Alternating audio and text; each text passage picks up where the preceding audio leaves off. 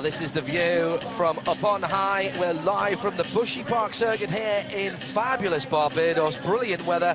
And after a break of rather too long, we're back with the Race of Champions. And being Saturday, this is the Rock Nations Cup. Hello there, I'm John Hindhoff.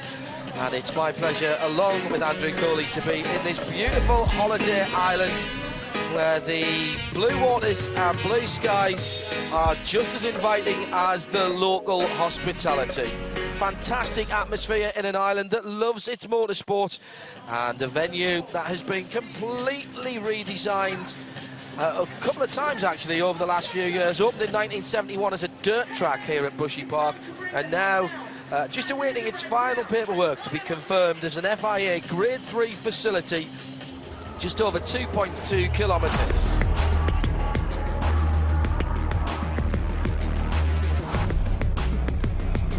"25 years of the Race of Champions, from its beginnings in Gran Canaria through the stadia of the last few years, and now in some ways back to its roots, outside and a fast track here in Barbados." Looking forward to this. This is a circuit that has everything that we've become used to, including that bridge just in the middle of your screen there from our overhead shot, that has become trademarks of the Race of Champions over the years. The speeds are up, the skill factors are up, and the range of cars that we've added to that as well. New cars, new drivers, all about to make their debut here under perfect conditions at the moment here in Barbados. Now, this is the Race of Champions Nation Cup, which means that today only we're teaming people up. This is Pascal Wehrlein, one of the young stars of the DTM, out in a V8 Formula 1 car, chosen specifically this car. This is the last type of Formula 1 car that Michael Schumacher drove, and Michael's such a massive supporter of this event down the years. Pascal is teamed up with Julian Palmer, GP2 winner this year for the Team Young Guns. Jose Maria Lopez, first Argentinian FIA World Champion for a long time. Robbie Gordon is alongside him for Team Americas. Australia, two legends. Mick Doohan, legend on two wheels, and 6 out of 7 years of the Aussie V8 winner for Jamie Whincup. The Nordic team, Petter Solberg and Tom Christensen, neither of whom need any kind of introduction. Team USA, Ryan Hunter-Reay and Kurt Busch, they looked strong in practice this week. Then Team France, the FIA 3 European champion Esteban Ocon, Romain Grosjean, no stranger to this event. Team UK, United Kingdom of Susie Wolff and David Coulthard, and then the local team, Dane Skeet and Rhett Watson for Team Barbados. Now, we mentioned Michael Schumacher's been such an integral part of this event down the years, and it would have been remiss of us not to have noted his absence this weekend. And so the drivers gathered just a few moments ago to show their support to Michael Schumacher. That second lap, you'll see some cannons go off, the checker flag comes out. I think it's the hymn of the Barbados that's going to be sung, and then it's the Minister of Tourism and the owner of the track, Mark Maloney, who will say a few words. Thank you. Yes.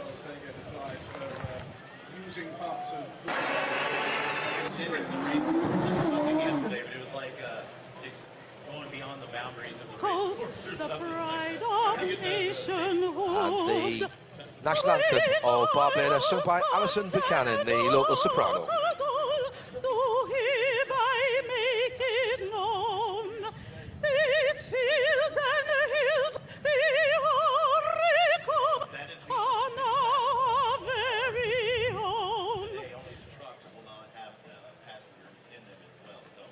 The now traditional family photograph with the Race of Champions Nations Cup in the centre there. And hard for me to think that Michael Schumacher was part of that photograph the last time that we ran Race of Champions. Here's how it lines up: France, Nordic Americas and Young Stars in Group A against Australia, UK, Barbados and the USA in B. You see how it runs through the ladder. Nothing new there, but something new in the commentary position here overlooking the start-finish line. Andrew Coley, looking forward to this one. We've had a couple of great days already, and this is going to be an absolute cracker. Yeah, it is. We've got a brilliant lineup of drivers. We've got a fantastic track, which they've all said is just a little bit more challenging when they're in the stadiums. Fantastic weather. Couldn't ask for more, really. There is our Group A, just confirming those driver lineups. Tom Christensen, so nearly won it the last time we were out for Race of Champions in the Raman Ganjala Stadium in Bangkok. He's now called time on his professional career, but wouldn't have missed this for the world. Teamed up with Peter Solberg, who's been mighty already this week. I think they're already one of my favourites. Certainly, I mean, Petter's just been on it, hasn't he? And everything he's got into it, he's wrung its neck. He's had a brilliant year as well. First double discipline FIA world champion, but he's not the only world champion here. Jose Maria Lopez, legends as well. You know, it's not done until the final flag drops. If I was going to ask you to put your head on the block then, who are going to be the big competition for Team Nordic? France I like as well, America's good. And Group B, well, we'll see that in a moment. I'm trying to think who was quick this morning. We've seen several practice runs this morning. They've been out in a lot of different cars. But the problem this morning, of course, for practice, we didn't see all the drivers go out in the same kit. That's the beauty of Race of Champions. Head-to-head, same cars, easy to compare. This morning, they've all tried different vehicles. So, yeah, Team Scandinavia looking strong. So there is the car changing area. This is the, well, kind of the stock car, if you like, the Rock Euro car. It's a Euro NASCAR. It's not as heavy as it looks. It's got about 450 horsepower from its 5.5 litre engine. Sitting at just under 1,200 kilos. There's Esteban Ocon, F3 European champion this year. You'll see they've got some VIP passengers in there for passenger rides. A bit of ballast, frankly, those guys. Well, they haven't had so many volunteers, haven't they? This was something that was flagged up on the first day. They had lots of volunteers in the stadiums when it was mostly first and second gear point and squirt. When they heard they were hitting sort of 250, 60 kilometres an hour before they put the chicanes in on practice day, I think they had 3 volunteers on the first day to go in the cars with the pro drivers. So, and they have had 1 or 2 little moments, haven't they, over these first couple of days' practice? Yeah, and here are the cars that are going to be our first runners. The Euro NASCAR looks like a stock car from the States, but built to a little bit of a different specification. It still has a great noise, just over 1,200 kilos, as we mentioned. Rear-wheel drive, of course, with a 4-speed gearbox and a locker diff on the back. And we'll be giving you some more details of some of the cars that we are running this weekend as we go through the presentation. Oh, a little bit of a touch there immediately by Esteban Ocon on those. Now, if he does that in the race, he will get a penalty, and watch out on the bottom of the screen for that. We've seen these cars before. They're coming into their own here. They sound fantastic. We have got some brand new cars this year. Now, Ocon has gone onto the interior lane, so that's different from what we've seen from practice already. There is no difference between the 2 lanes. It is 2 parts of the same track. Effectively, Ocon is starting halfway around the lap that Tom Christensen is going to start now. If you're a regular Race of Champions fan, it is a tiny bit different. This is a longer track. It's just over 2.3 kilometres for the race that we're going to see, which means they only have to go past the start-finish line and that finish arch 2 times, not the 4 times, twice. Not the 4 times that we've seen in the past. But you know how it works. It's Christensen, Mr. Le Mans on the left, an up-and-coming F3 driver. Will we see him in sports car soon? Ocon on the right, and the Race of Champions 2014 for the Nations Cup is underway, and Christensen gets the start. Less wheel spin, straight into the first chicane and down towards what is normally the final corner here, but we're running in an anti-clockwise direction, and that's a massive advantage early for Christensen. Dreadful start there for Ocon. Now, I wasn't sure whether or not he bogged the car down or got too much wheel spin, but it sat absolutely at a standstill, and then wheel spin and away. So he's had to restart, dip the clutch and go again, and that's put him on the back foot immediately. And Tom Christensen making the most of the advantage. Difficult little corner down here. It comes downhill. You can't really use too much of the curb there. These cars, not a lot of space to throw them around. And the other thing, of course, about Race of Champions, Andrew, is you've got no second chance. So that mistake from Ocon, you've got to get out there and just do it straight away. You have indeed. And now, of course, Ocon is looking like he's level. But remember, there's a stagger on the track. So with the crossover, there's a difference. They come over the line almost together. As this goes on, we're going to see what that stagger is like. And we're sure sideways there. I think that's Ocon in the outside lane. Put the wheel on the dirt. So with and again on the dirt. So, OK, Ocon's using the dirt. He's fine with that. He's using the dirt. It's a wider track. No problem. And it sounded like Ocon was on the rev limiter as he came past us. We're just to driver's right at the start-finish arch. Here's Christensen. He's got that car balanced very nicely indeed. This is the Rock Euro car, Euro NASCAR. and tricky little off-camber downhill spot here as he comes through. This is going to be a win for Christensen, but don't forget it's the touch there. Was that a touch from Christensen? Yes, he clouted the barrier. So in theory only a warning for the first offence, but if they feel like it's given them a big advantage, they can give them a 5-second penalty immediately. I don't think that was a huge advantage, and he's a clear winner, John. So 1:44.4, that's a decent time in the Euro NASCAR. We did have some rain yesterday in qualifying, and in practice, should I say, and that did bring the times down, but that's a win for Team Nordic, so the pressure will be on Petter Solberg when he comes out a little bit later on. In fact, he should be out next against Romain Grosjean, so we're seeing Team Nordic versus Team France in these first two heats. Decent race, I think. A good start to things. I can't be disappointed with the start there. A spinning zero at the bottom there, which suggested no penalties, but... Well, that was Christensen taking out the Tech Pro barrier chicane there. The chicane's put in for two reasons. One, to make sure that the drivers are driving with precision, and two, actually to bring the speeds down, because in practice earlier this week, the lap times were a little bit too quick. So there we go, got it started. That's the first competitive heat we've seen. Some seriously quick cars here. And I mean, if you look, this is the full circuit width, but look down the middle, concrete barriers. Sensible decision, I think. At the end of the straight, they would have been really tramping on. So just a couple of little markers to slow the drivers down. Now this is Romain Grosjean, and as you can see, he is in our rock car, one of the real favourites of the last few years, absolutely beloved of Michael Schumacher and Sebastian Vettel. Vettel, a real star in this over the last few years. Team Germany rested for this event, therefore their unbeaten record over the last 6 runnings of the Rock Nations Cup remains, for the time being at least. Watch the front suspension if you get the chance into the corners. So Grosjean on your left. Very gets the start. The two.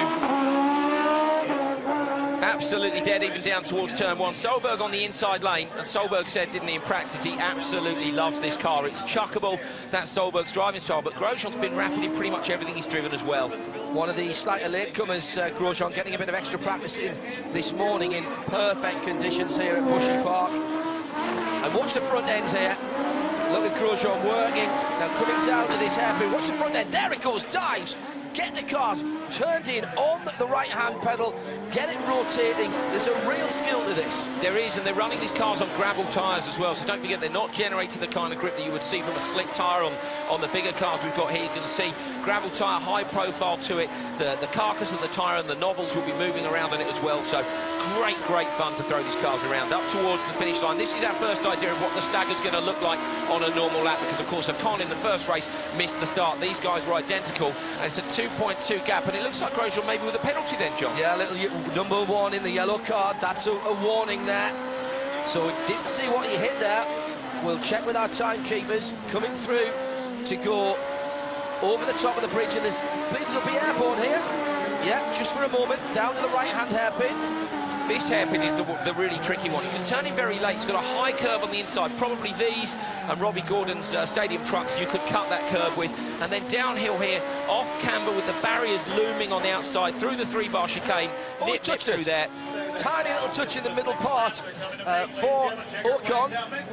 Now this is going to be tight actually, because we've got Solberg down the inside, but I don't think he's going to get the run to the line. The checkered flag is out, and it will be first blood to Romain Grosjean, excuse me, got the wrong Frenchman there. Grosjean, getting that wrong in the second heat. It is Grosjean, but with a penalty warning there, so no time penalty applied. So effectively after the first round of 2 heats there in Group A, it's a win apiece to France and to Team Nordic. Solberg will not be happy. No, he won't. I mean, that's a car that I think everybody would have had him down as a favourite. So Grosjean's done a great job there. He was the individual champion of champions back in 2012, the last time we ran this competition in Bangkok. So he has got some skills. Great view there of the suspension working really hard. You can see how heavily loaded it was when they go on the brakes. Solberg inside working the car hard. Sequential gear shift down on the right-hand side there. Again, the nose dives. So close to the barriers. Can we get this out of the way straight away?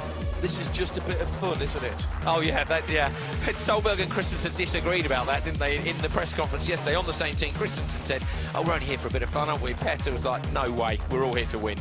He won't like that. He really won't like that. It's bad enough that he's lost, but that his teammate has won as well. He's going to be unhappy, Petter. Talking to Grosjean there in the car changing area. We've got two reporters with us again this year. Neil Cole is with us and Avi as well in the driver hospitality area. So those are the other two voices you will hear. Now you see there's Ocon just getting his helmet off, waiting for his teammate to come in. So that's one each in the first couple of heats in Group A for the Rock Nations Cup. And now you see how it works. So it'll be Team America and the Young Stars who will be up next, and it's Robbie Gordon who's driven just about anything up against Jose Maria Lopez. Now we're hearing from our timekeepers, and thank you for this, that there is a penalty applied there, and we're just waiting to see if that has reversed the result. And indeed, I'm seeing on the screen now that there are two wins up against Team Nordic. So that was a close enough race that Solberg has been given the victory. So there was a time penalty applied there to Romain Grosjean, and with a 1:48.7, then Solberg takes the victory. So Petter, he will be pleased. From disappointment, no, of course, he would have liked to have beaten him out on the track. We didn't see that, I don't think. I mean, obviously chopping between the two cars, we didn't quite spot where that mistake was. It was early in the piece. There's Jose Maria Lopez Pachito, World Touring Car Champion in his first season of WTCC for the Citroën team. And, I mean, good enough that he wins the World Championship, but to win the World Championship when you are really third man in a team that includes Sebastian Loeb, who's pretty handy on circuits and tarmac, has raced at Le Mans, of course, Sebastian, as well as being multiple World Rally champion, and the man who seems to just keep winning so much they ban him from championship, and that's Ivan Muller, who was banned from ice racing because he won it too much. They might as well have renamed it the Ivan Muller Trophy, to be honest. And multiple winner in World Touring Cars. A bit of a quiet man, but has really made his mark this year after getting an opportunity with a wild-card entry in Argentina 2 years ago, driving for BMW. From the outside, he looked like a number 3 driver. He looked like, we need a driver from a different market. You know, that South America's a big market for all the car manufacturers. There we are, clipped barrier on the outlap there. Yeah. And then he comes in and trounces the others right from the start. And, when your teammates are names, as you say, like Logan Muller, really an absolutely brilliant performance. So he must be feeling confident coming here. Excited about it too, of course. A lot of these guys are here for the very first time. Yeah, including Jolyon Palmer, who is in the team Young Stars. Started his career on circuits in something not too dissimilar from this, only a 2-litre Ford engine underneath the T-car that I remember commentating on him at Croft from the northeast of England. Robbie Gordon's driven everything, so he just doesn't care. He'll have a go at anything. And this is going to be very interesting. These cars need precision, surprisingly so. Jolyon Palmer then versus Robbie Gordon. So it's Team Americas versus Team Young Stars. Great start from the right-hand side. A little bit of wheel spin, perhaps too much on the inside lane. And remember, it's twice past the line. Don't worry about the first time round, they split times. But effectively, they are racing exactly the same circuit. Great shot from overhead. That gives you the first idea of where the cars split. So they come around the first corner, which is the last corner when the circuit's running traditionally. It's a full-width bridge here, so they'll be able to use the bridge in different race configurations on the circuit in future. Down, and this is where they separate. So the inside has got a couple of off-camber hairpins. Here's the one of them, round the outside, then left and down the hill. The barriers are close, and the other track has gone further away. Two similar corners, and then back together, joining at this point here. And already a yellow card for Robbie Gordon, as we're hearing that from early on. That was very early on. I'm wondering if that might have been a jump start. But you'll see as he comes through there. Robbie Gordon with just a little bit of a lead in that lighter coloured car as Jolyon Palmer goes through If it was a jump start, apparently what the procedure is here, it'll be a 5-second penalty plus whatever they jump the start by. Okay. Under the bridge. That is classic Race of Champions footage, right there. One car over the top, one car underneath. There's Jolyon in the Battleship Grey Euro NASCAR. It's a big old thing to go around the tighter parts of this circuit. And in fact, we're now being told that Palmer's got the yellow card and he's just nailed the back chicane there as well. That will, I'm sure, be a time penalty. It's not going to matter though, because the Team Americas comes through to take their first victory in the Rock Nations Cup here at Bushy Park. Well, that was a very good comeback indeed from Robbie Gordon, who did not get the start. He was the one on the inside who was bogged down a little bit. And Jolyon Palmer with a couple of taps that we saw and a time penalty plus 5 seconds. Thank you very much to our timekeepers for keeping us up to date here. You do kind of need to have 3 heads and 16 eyes to watch everything around here. If you've just joined us, we're just underway in Group A, live from Barbados and Bushy Park. It's 2014's Rock Nations Cup, part of our coverage, live coverage of the Race of Champions. John Hindhaugh and Andrew Coley talking you through the action into the car changing area.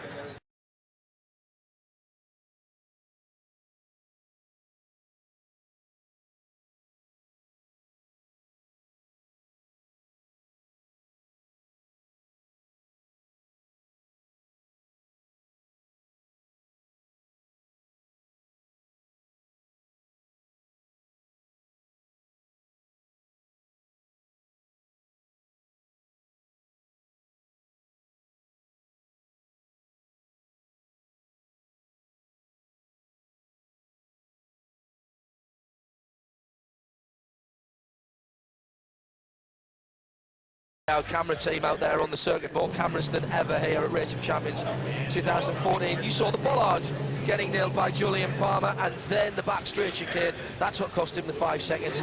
First offence is a yellow card, and then you get the 5-second penalty. Okay, moving on to Group A, Heat 4. This is Pachito versus Pascal Wehrlein. Back to the Rock cars again. Wehrlein in the black car to our right, Pachito on the outside. Very, very even start there. Didn't look like anything through the chicane. It seems to be flat away from the start line in these cars particularly. Of course, they're slightly smaller, so of course that means the chicane is wider. But then into turn 1, you can see just a little bit of braking on that outside line. It is very fast around there. More run-up, of course, in the outside lane than the inside. And there's that tight exit to the tunnel as well. Delighted to see that Jose Maria is not at all uncomfortable with the car moving around underneath him. He's unused, of course, coming from World Touring cars to having elegant isolation out on the circuit, normally fighting with another half a dozen loonies for the same piece of tarmac. It was interesting when we were talking about Lopez, and of course the fact that regs have changed this year in World Touring cars. There's a little bit more downforce, so that maybe that helped him in that the other guys were coming to it with experience of it, but he flouting the barrier. He didn't have to, he was straight into the car, learning a new car, and maybe adapted to it a bit quicker than Loban Muller. Yeah, Muller saying he had to relearn everything, almost forget everything that he already knew about driving touring cars at the start of the season. Wehrlein treading a very, very narrow line himself now because he's really hammered. And indeed, that has picked him up a yellow card when you saw him absolutely nail the Tech Pro barrier on the start-finish. Jose Maria doing a great job. Oh, and he's had a spin. He's been off. Oh, is he? I think. Oh, he's done the engine. He has done the engine. He's been off as well. He's got a yellow card too. So both Wehrlein and Lopez, but Pachito will not finish. And Wehrlein at a 1:47.0. We've seen quicker than that in the Rock cars, and I'm afraid it's going to be a DNF. Does not finish for the reigning FIA World Touring Car Champion. That's not a feeling that he's had very much this year in his Seat Elise. We could see fluid, I thought, coming out of the Sits on cars. the It went around the Yeah. right-hander, or you could see smoke from the rear, but it looked like a bit of fluid as well. There, he's giving the car the stare, of course, that you give it when it hasn't worked in your favour. I think he'd been off there. Yeah, and, we mentioned these curbs, didn't we? The yeah. curbs on the inside of a couple of the hairpins, we're talking 8, 10, 12 inches high. So if you were to cut it too much, maybe he's just managed to catch something which is exposed at the rear of the car. But either way, he loses. So that's a victory there for the young guns. Here's Verline. No. That's where he got his warning. Yes. That was an easy one for the judge, of fact. Oh, touch on the wall from Verline. Lovely, though. It's almost like using a snowbank in Sweden, isn't it? That was just a kiss of the wall. That's a concrete barrier. Well, it's only a kiss. I'm never coming out for a drive with you, Andrew. Let's move on to our next set of heats. Great pedal shot there. You can see the toes of the driver just sitting, waiting to launch the car away from the line. This is Heat 5, and the first time we've seen the Aerial Atom Cup cars, Jolyon Palmer and Esteban Ocon. They must have come up against each other in their early career. Maybe Esteban just a couple of years behind Jolyon, actually. And there is Ocon. These Atom Cup cars new to the Race of Champions and the Rock Nations Cup. Honda Type R engine, 260 odd horsepower. That looked like just saying to him maybe there could be a little bit of fluid on the inside. He was saying downhill into a right-hander. Could be wrong, but that looked like just a little warning, which is very sensible. It wasn't much. It was a tiny bit. Certainly not enough to launch a full-on clean-up operation. There we go. Oh dear. Lopez. That never want to be walking back. No, not in this heat, not in a race suit. No, absolutely. Yeah, it's not my fault, it's the car, honestly. That's what drivers always say. First time for the Aerial Atom Cup. Aerial Atom's been around in street cars for quite some time. This is a relatively new initiative. Go racing in places like the UK and the Atom Cup for relatively new drivers. Even get your first race licence with them. And it's a great way to learn about close motorsport. The Honda engine, Type R engine, we've seen in a number of different racing cars, including in the CN categories, little sports cars. Let's have a look at the stats for the Aerial Atom Cup car. Accelerates faster to 60 than a Bugatti Veyron, and a huge power to weight ratio because it's only 1,200 kilos. And quick enough in a straight line too. It's a proper racing car, and the drivers are loving this. So let's see how these two young drivers get on in these cars new to Rock Nations Cup. We're live from Bushy Park, Barbados. Will we have to go down to our 4th decimal place on the Tag Heuer timing? This one, I think, will be close. Well, just from the commentary position, looking down at the circuit, they are on the down ramp from the bridge. Some of the marshals just having a little track inspection. Yeah, and we've got to do a little bit of circuit clean-up there, as the very unusual sight of a car failure. In all the years that I've been doing this, and it's more years than I like to remember, where there's been no contact. I could probably count on the finger of one hand how many times we've seen that happen, which is, I mean, there is the aftermath. Don't forget, Pachito Jose Maria Lopez had already picked up a yellow card there, and I've got a feeling that he may have been off the track already before that engine problem sidelined the Rock car. Plenty of spare cars here. Yeah, so we'll see those back out again. And the team's doing a fair bit of repair as well, weren't they, yesterday? As we say, the drivers were not shy in practice. Word for the marshals, always like to say this, recovery crews, marshals, all the officials, fantastic job already this weekend, out in the very hot sunshine here for a couple of days already, and 2 more days of motorsport. We can't go motor racing without them. If you want to know more about how you can get involved as close to the action as you ever can be, make sure that you look up your local marshals club. Let's head down to the car changing area. Neil Cole has got Pachito. Jose Maria, a difficult first race for you here in Barbados. Tell us what happened. Yeah, bad luck, you know. I just, when I did the start, I started to hear the the noise of the engine not really nice and no power. So I knew the engine was going to break in one point. But you know, rules are rules. When you start already the race, you cannot really do anything.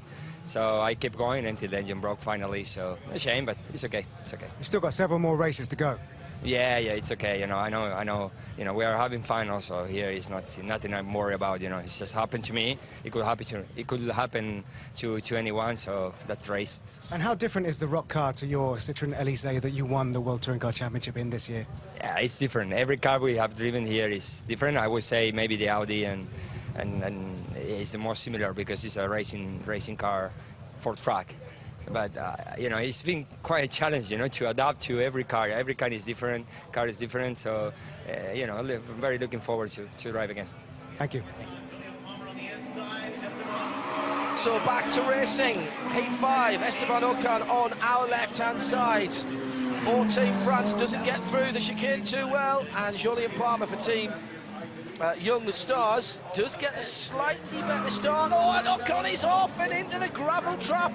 You don't want to be out of there. You're going to get gravel in the tyres. It's going to really upset that Ariel Atom Cup car for the next couple of turns. I mean, it looks like it can handle anything, but it's not really an off-roader. Oh, so close to the wall there as well, John. No, it's not an off-roader. I mean, it's pretty stiff, isn't it, in terms of its settings. Drivers seem to like it.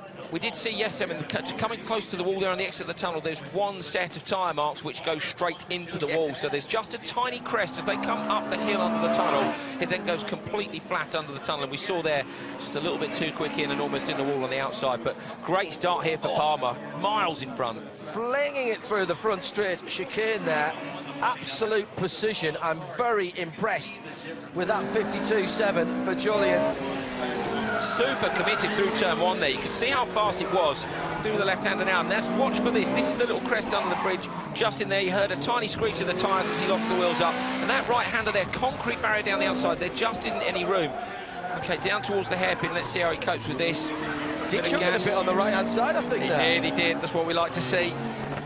And then the long left-hander. This one's kind of a long, smooth hairpin compared to the other one, which is 2 bites of the cherry around, and he's a long way ahead. This has been a very, very good drive indeed by Julian Palmer, banging on the middle pedal there to get the weight transfer forward to turn that Ariel Atom Cup car into the final corner, and he will take another win for the Young Stars. High five for the passenger, who I'm sure would have enjoyed that and been slightly fearful in equal measure. As it stands at the moment then, and who would have guessed this? In Group A, 2 wins for the Young Stars and Team Nordic. Americas with 1. Team France not bothered to score as yet.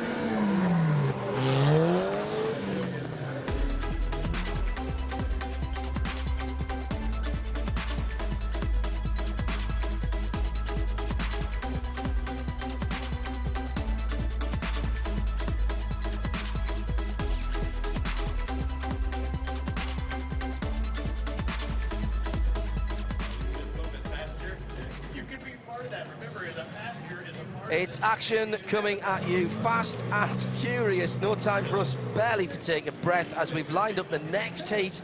And this is Group A, Heat 6. Verline and Grosjean. Surely Grosjean will want to take a victory for France here against the Young Guns. He gets the start in the orange crossbar on the right of our picture. And that was tidy. It was tidy and it was precise. Exactly what you need at the start of the race. And exactly what you need to drive these cars. This has already been mentioned by a number of the drivers. You have to brake straight, keep it smooth, keep it tidy. Because they're very, very sensitive to pitch. I think that's what Tom Christensen said. He said if you're on the brake and you just try to trail the brake into the corner, it wants to spin. So this one was the one that they took a little bit longer to master, but it is quick around this circuit when you get it right. And Grosjean was super impressive this morning in his final practice sessions, and you can see why. That is millimetre perfect through the back straight chicane. He's got the hang of this and put the fastest time in this car this morning. Another sequential shift gearbox, through he goes. That's a decent first lap, 52 seconds. You can just see how he's positioning the car. He's got lots of runoff on the outside of that turn on the Bushy Park racetrack. But you can't take any liberties with these corners here. You will get a warning. Now, Great onboard pictures here again. Look at the suspension. So on the left-hand side, see it loaded up, and then on board again, left and right. Dampers laying down on the brake. You can see them heavily loaded up. Turns in now, and the left one loads even more, and then away. But lovely driving style here, keeping it smooth and tidy. This is the double left-hander. You can see one, and then a second bite of the cherry, and then away down the back straight. You can give up the first part of that corner to get the exit correct. Coming out of it, get the power on nice and early. This is going to be France getting off the mark in the Rock Nations Cup for 2014, and it's Romain Grosjean who gets the first W on the board for Team France. Big thumbs up there from the passenger as well. You can see the grin on the face, can't you? Note the passengers' full face helmets and the Neck hand-style restraint, device, neck restraint.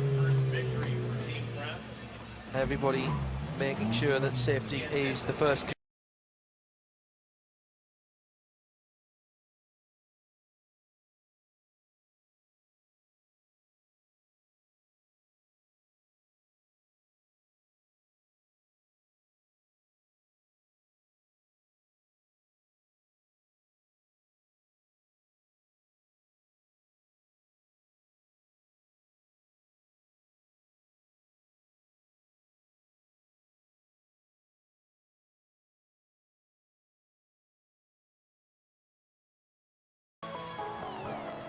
Well, another kiss of the wall by Pascal Wehrlein there. And that will have slowed it down a little bit. Here's how it stands in Group A. 2 wins for Team Youngstars and Team Nordic. Team France and Team Americas, 1 win apiece. Where the top 2 from each of the groups go through. Team France and Team Americas, they have got to get more wins on the board. Coming up next, heat number 7 should be Robbie Gordon versus Tom Christensen, 2 of the giants of motorsport. It's Rock Barbados and the Rock Nations Cup for 2014. Effectively, what you're looking at now is the answer to all of those questions of who is the best driver. There is Romain Grosjean. Let's have a word with him.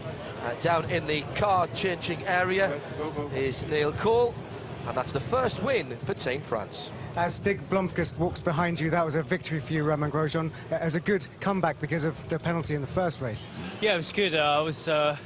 First race is the one against Peter Solberg was not easy.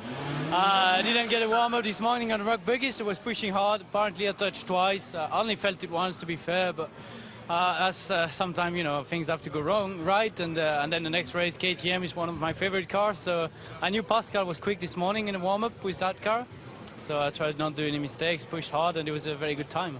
And that crossbar, you seem to have nailed it because it was so precise all the way around. It's a very good time. Yeah, it was a good time. I really like the crossbar and the rock buggy. I think I've good feeling into them, so now, it needs to get all those feeling in every single car.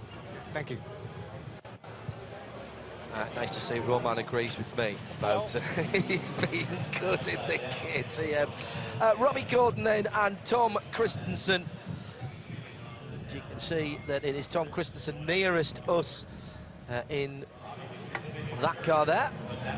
This again is the Ariel Atom Cup car. Slightly lighter bodywork, if you can just see on the nose piece, the car on the left there with the stars and stripes, Robbie Gordon. Now, a win here for Team Nordic could be very important to get them through into the next part of Rock Nations Cup, and Christensen gets an absolute stormer into turn 1, but look at the speed round the outside.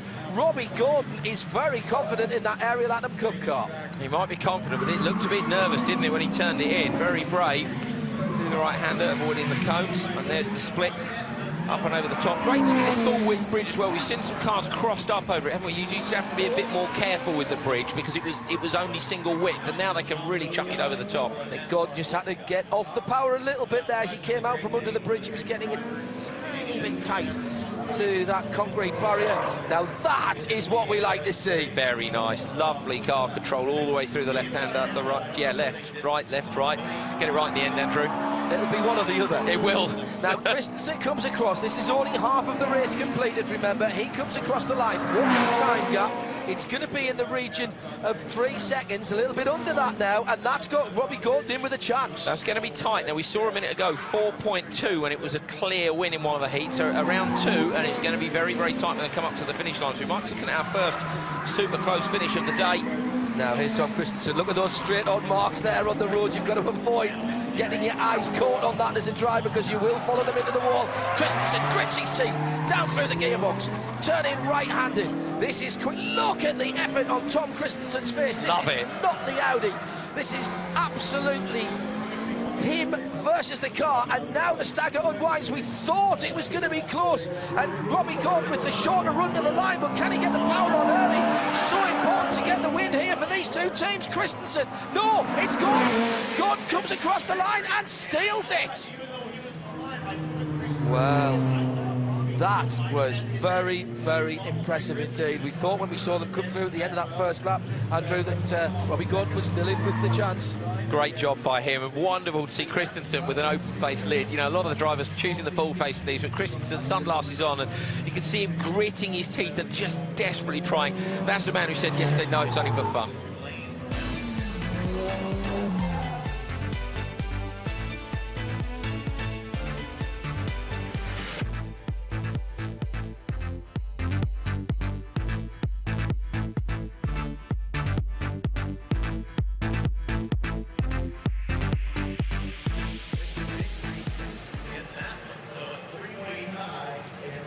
Right, 3 tied teams at the top of Group A.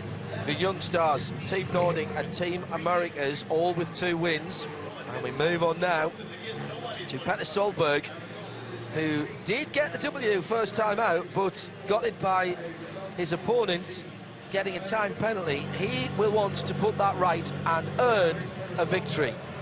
Now, Petter span the KTM twice in practice. He's not at home in this. No, it's the one car that he said he'd struggled to get his head around. So we've seen Grosjean absolutely loves this car, but the 2 completely different styles of discipline here. Grosjean coming from the circuit racing. Solberg loves a soft, sideways car, and this car wants to be turned in with precision and straight and smooth. So he's really, really going to have to adapt fast now. Gloves are off. Can he get another win? This time on merit.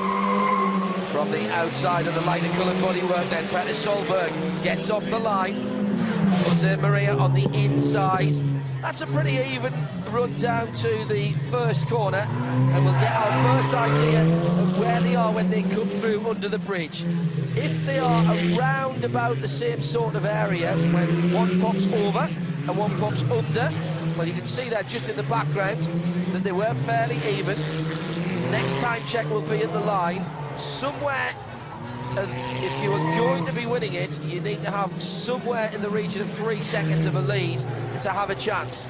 Less than that, and you've got to be pushing. Lopez there, just popping a wheel, just a tiny bit over each of the curbs. Again, absolutely full track width. Look at the inputs on the steering wheel as well. Right on the rev limiter, that's what that dashboard light is. He goes across the line. Now, what's the lead for Lopez? Needs to be 3 seconds plus. Oh, how did he hold on to that? Well, with 2.7 seconds of a lead last time at the end of the first half lap, Tom Christensen lost the heat by 0.6 of a second. So Solberg is right in this. Is he overdriving the car? That's the question. You know, is it too sideways? We know this one responds to really, really tidy driving. Look how close to the wall as well. He'll know, too, that he's losing some time. Again, crossed up on the brakes, tried to trail it into the head, but it just doesn't work. Needs to be more accurate. Grosjean's the master of this one. And there is Petter Solberg. He's already ahead on the outside lane, and he'll be, he's so close to the chicane there. This who is gets tight. The power on first, and who can hold the momentum through the corner? Another sideways moment there for Lopez. May have cost him this heat. It has. And Petter Solberg comes through in the white KTM crossbow to take another win, the 3rd for Team Nordic. Lopez with just a couple of mistakes then, definitely. And that was exactly what we were saying, what the drivers were saying during practice. You've got to keep it tidy. And Solberg, good job there, really, to overcome the one car that was kind of his bogey car. And that's what's great about the Race of Champions, as we said, that everybody has to drive everything. We've got some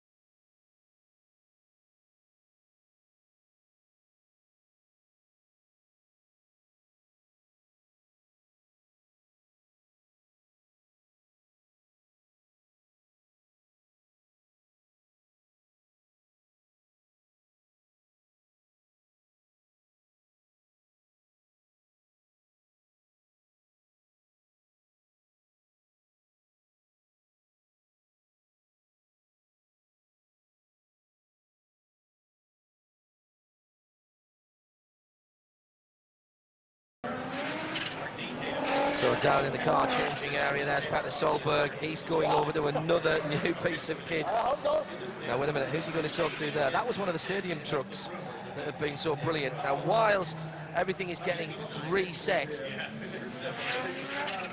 this is the Stig, the one and only Stig Blomqvist. And that is an S1 Audi Quattro, 5 cylinders, turbocharged. And if you've ever been in a forest in the 1980s and heard one of those rattling through the night, it is a sound, Andrew, that you never forget. We've got to just listen just for a sec. Oh, so close. Listen to this 5-cylinder noise.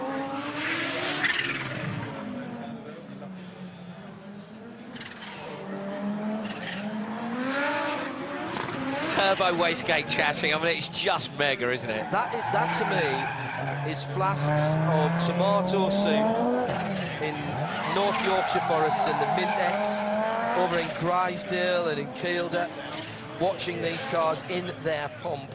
Surprisingly simple when you look at them now on the interior of these cars, but these were the spaceships of their days, and still that just gets my pulse running a bit quicker. Hard to drive as well, you know. The drivers used to say that on the throttle it went one way, off the throttle it went the other way, you know. Very early four-wheel drive, so getting the transmissions right, it wasn't quite there, but of course it was a revolution for rallying. It transformed everything from two-wheel drive to four-wheel drive. And Stig, a man who knows how to pedal that. Look at that wing. Crossed up over the jump here. Look at this. Landed off, get it down on one wheel first. Oh, just perfect. Look at the bonnet as well, how thin the panels are, you know, everything on those cars absolutely on the limit. That was what was so wonderful about Group B. Fantastic era for the sport. It's what brought a lot of people who are still watching now into it, in fairness. Right, let's head down to a newcomer to the Race of Champions Nation Cup. Formula One test driver Susie Wolff. Susie, it's your first time here at Rock, and you've seen these guys go out. How excited are you to get out there now? Very much so. It just shows that he's about it putting a clean lap together, not hitting any barriers, because a few guys have had penalties this morning, but very excited to get in myself.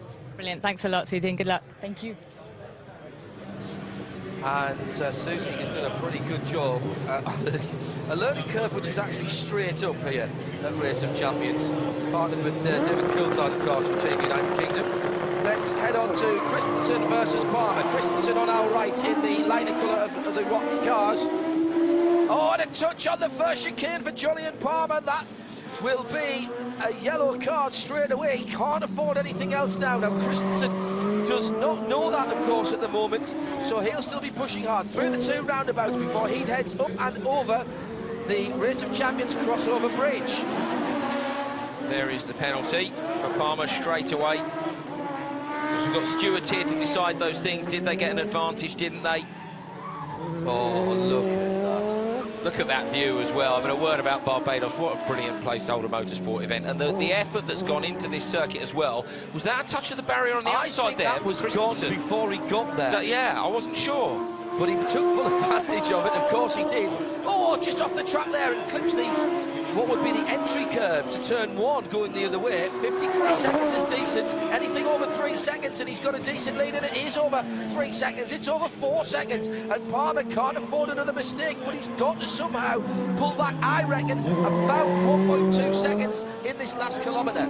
Great to see as well. The marshals actually got the chicane that Palmer had knocked on the first lap back in place by the time Christensen came round. Hard work everywhere here, as I say, to get this circuit ready. They've put in so much effort, even over the days we've been here, and it really does look stunning. The drivers love it, and I think it's great as well to see us back on a big outdoor track. And Palmer's made another mistake from the timekeepers. 5-second penalty. Game over. Tom Christensen now. Oh, and he's just there. That Palmer has just decided to give it up. He's lost the flag from the top of the car. He's tried so hard, but that's an additional 5 seconds. Christensen's won it anyway. And Team Nordic become the first in Group A to go to 4 wins. It's 2 apiece for Young Stars and America's Team France, with just the 1 victory at the moment from Romain Grosjean. If you're going to get a penalty, you might as well get 2 or 3, really, lose the flag. You know, I mean, he was fully committed, wasn't he? Straight through the chicane, flat out. Just in case he thought nobody would notice. Yes, indeed, yeah. Ah, yes. The boyish enthusiasm of Jolyon Palmer there.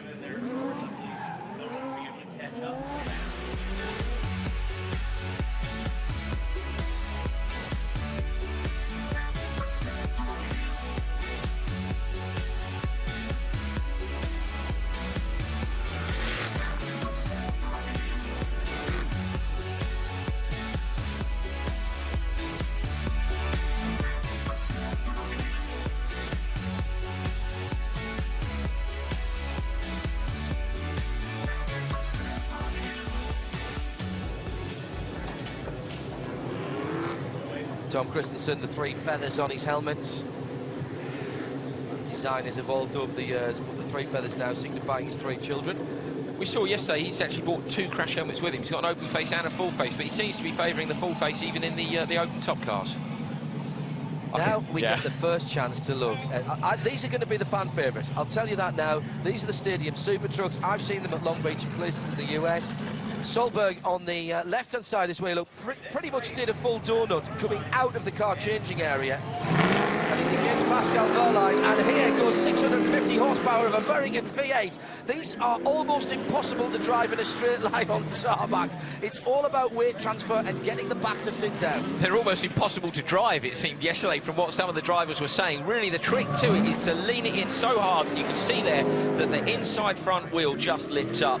Robbie Gordon is the master of these, isn't he? And they had him doing some massive jumps last night to get some great slow-mo shots. They put a ramp on the top of the bridge, and I hope we might see him doing some demonstration runs. But there we go, a little bit wide. This is one of the cars that could clamber over that curb and just gain another couple of tenths if you wanted to. That's what we want to see. The rear wheel took right. That's it. Look at that. Brilliant stuff. Who's been putting the onboard? Best onboard ever, isn't it? Straight away. Ever. Stop the voting now. We won't see a better shot than that. Dangling Look at this. That's 18 inches off the ground. Around the outside down the straight. Absolutely incredible onboard there with Wehrlein. That is absolutely brilliant. Solberg on the inside. What's the gap between them? It's close. 2.5. This is going to be very, very tight indeed, but we can see how Solberg's going to have to come through the final corner if he wants to do it. I've no idea whose idea that was to put that under there, but they're getting my man of the meeting already to put the onboard underneath the car. That is genius. Solberg already has attracted the ire of the judges of fact, so he's going to have to be a little bit... How do you take it easy in one of these? You can't. You've just got to keep on pushing. Oh, look at that. The accuracy as well there on the inside of the curb with the wheel locked up and just drifting the car through the apex. Lovely job. And again, you can see where the car goes light. The tyre's desperately trying to touch the ground and just can't reach. It looks like Wehrlein's pulled out a big enough lead. Solberg is languishing behind as they come round, and Wehrlein again dangling that left front wheel. Keep it up, son. Well, he's nearly in. Oh, great. OK, well, that's it. Wehrlein has my ultimate respect for you. This guy is an F1 test driver and a DTM driver, and he's mastered the truck like Robbie Gordon. Look at all the way through those long corners. Absolutely brilliant, brilliant drive. I would say that he could drive a lawnmower quickly. Yeah, how adaptable. I've done lawnmower racing, and you need to drive that with 2 wheels in the air, and he's got the hang of that straight away. He has. There's a technique to it, isn't there?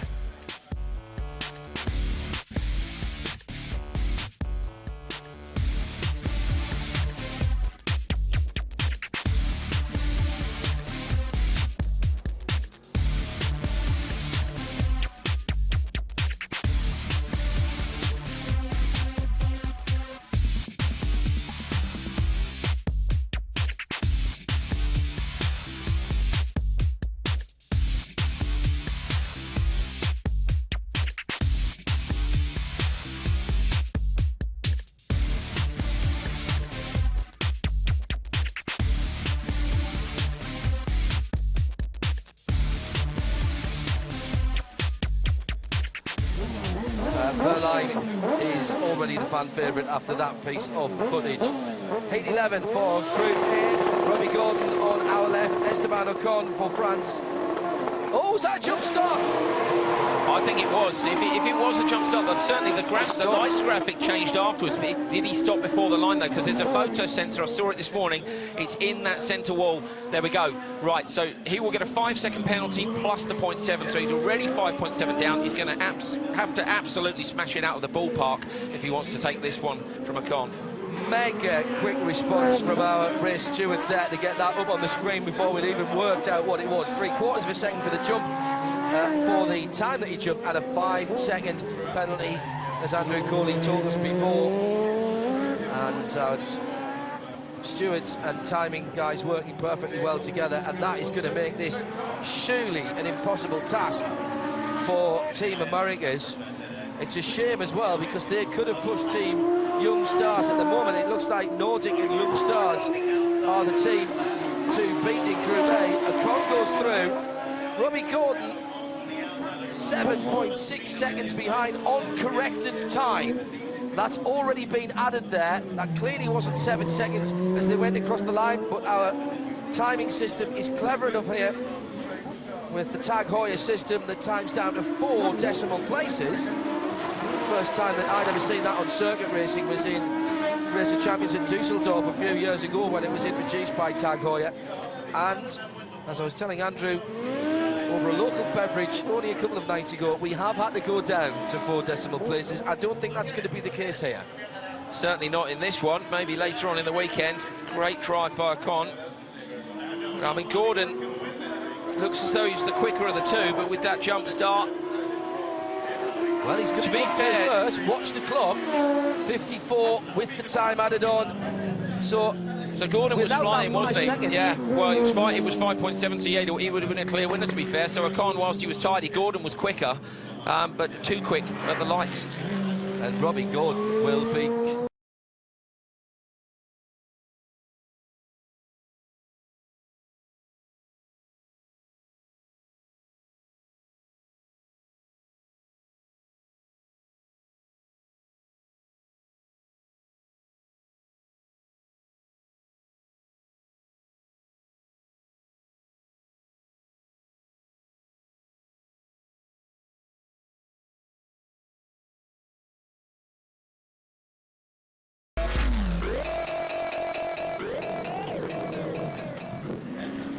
I just wonder, you know, Andrew, that if Robbie Gordon had just nailed the throttle, he jumped the start he knew he had, and then he wasted a couple of seconds by stopping again.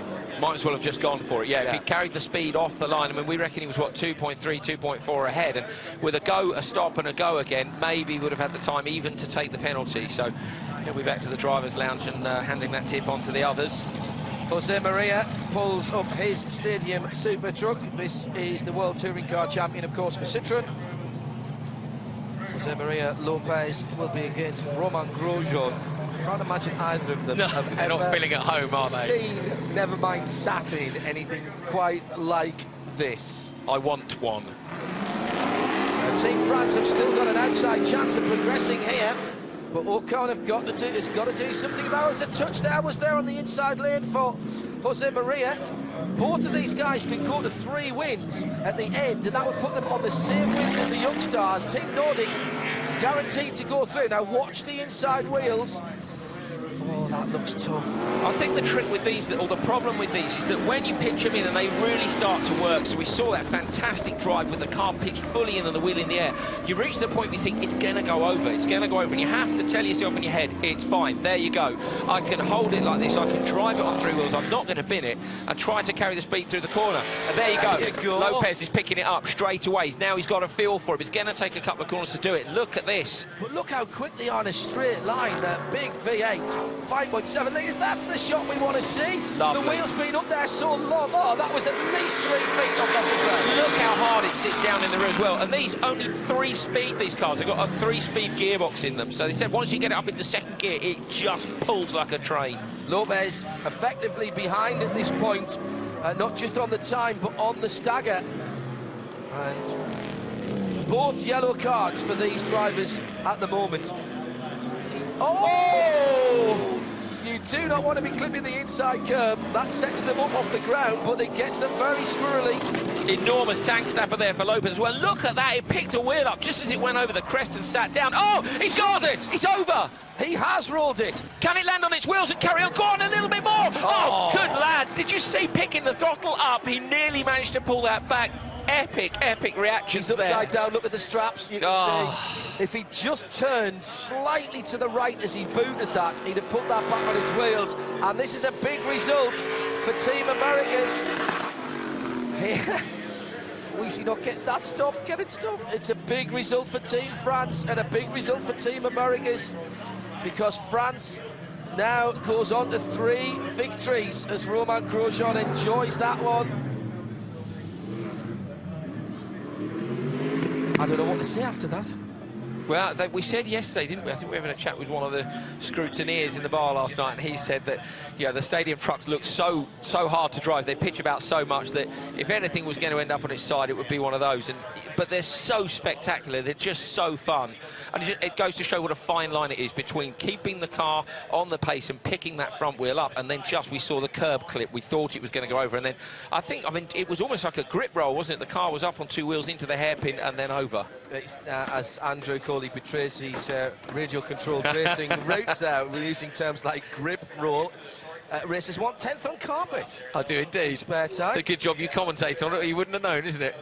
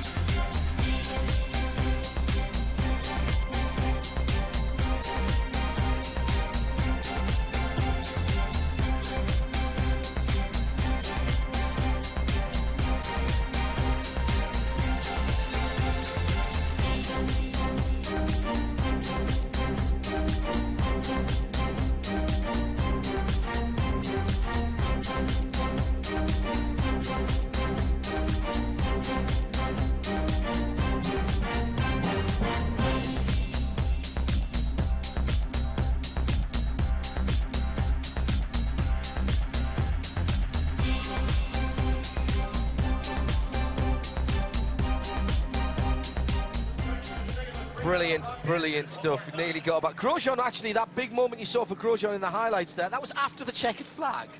I think he's counting his lucky stars. Let's head to the results. Confirmed then that 4 out of 6 for Team Nordic takes them through as the winners of Group A, with France on a 50% race victory ratio, just nicking it. So that's how important that win was. They will go through to the semi-finals as second in Group A. Young Stars, I'm afraid, missing out on time at the end there.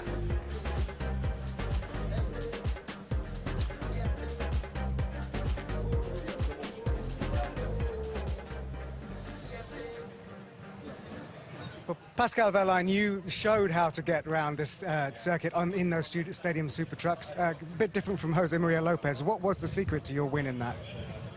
I don't know. I think there is no secret. Just drive around and try to not any mistakes. And yeah, the truck is really special. It's so huge and soft, and the steering is very sensitive. So it wasn't easy. Yesterday I had some problems, and today it worked, but I don't know why. And you've got Robbie Gordon over your shoulder. If we can introduce you here, Robbie. What did Pascal do well, and what did Jose Maria do wrong? Because it looks like you feel like you're going to roll all the time.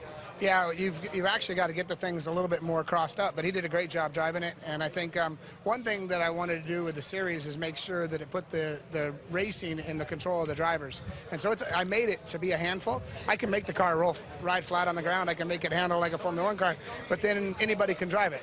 I wanted to come here. Who's the best driver to be able to drive these cars? He did a great job. And also, we've seen you in the Formula One car as well, so there's a little bit different, huh? Yeah, right. So yeah, small difference. So yeah, before I drove the Formula One car, I did some donuts only for a show, but yeah, it's a huge difference. I think it's the biggest difference you can ever have. And also, this is your first experience of Race of Champions. We're just at the beginning of Rock Nations Cup. How are you enjoying it so far? Yeah, it's really good. I mean, it's all about fun, but as soon as you put on your helmet, you want to win. And so I won, I think, 2 or 3 races, so I'm not sure if we are in the next round, but hopefully, yes. Okay, thank you very much, Pascal.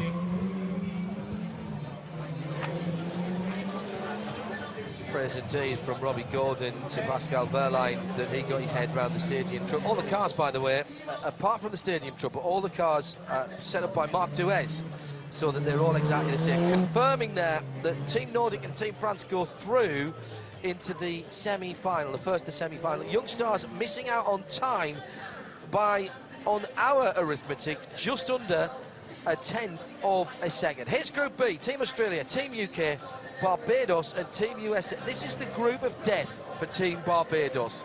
They are up against 3 very strong teams indeed. And I'm going to say right now, I fancy Team Australia to go through as one of the 2 here. Well, Barbados have certainly got a lot of local support, haven't they? The fans here absolutely love their motorsport, and they will go nuts for them. They went nuts for Petter earlier as well, didn't they? There were definitely certain names here, but they're proper motorsport fans. They're all over it, enjoying all the different disciplines. Of course, there's a really big rally here on Barbados. Global Rallycross was here earlier on in the year. And now, of course, the Race of Champions at this fantastic Bushy Park circuit. Bit of entertainment in between the heats. We saw from the replays as well, the Robbie Gordon truck there. It was definitely a curb clip, so he got the car in, clipped the curb on the inside, and from up here in the tower, we're right at the top of the circuit, overlooking what you're seeing right now, down at the start-finish arch. And they actually drove the car straight back to the pits, literally rolled it onto its wheels, and it drove back to the pits. They didn't have to tow it. It was back in there, so we're not even a stadium truck down, and that's a very good thing, because I think that's fast becoming a favourite of us, and hopefully you at home as well. Don't forget, it's all the details on raceofchampions.com. Let's go into Group B. First heat, Susie Wolff on our left in the white KTM Crossbow.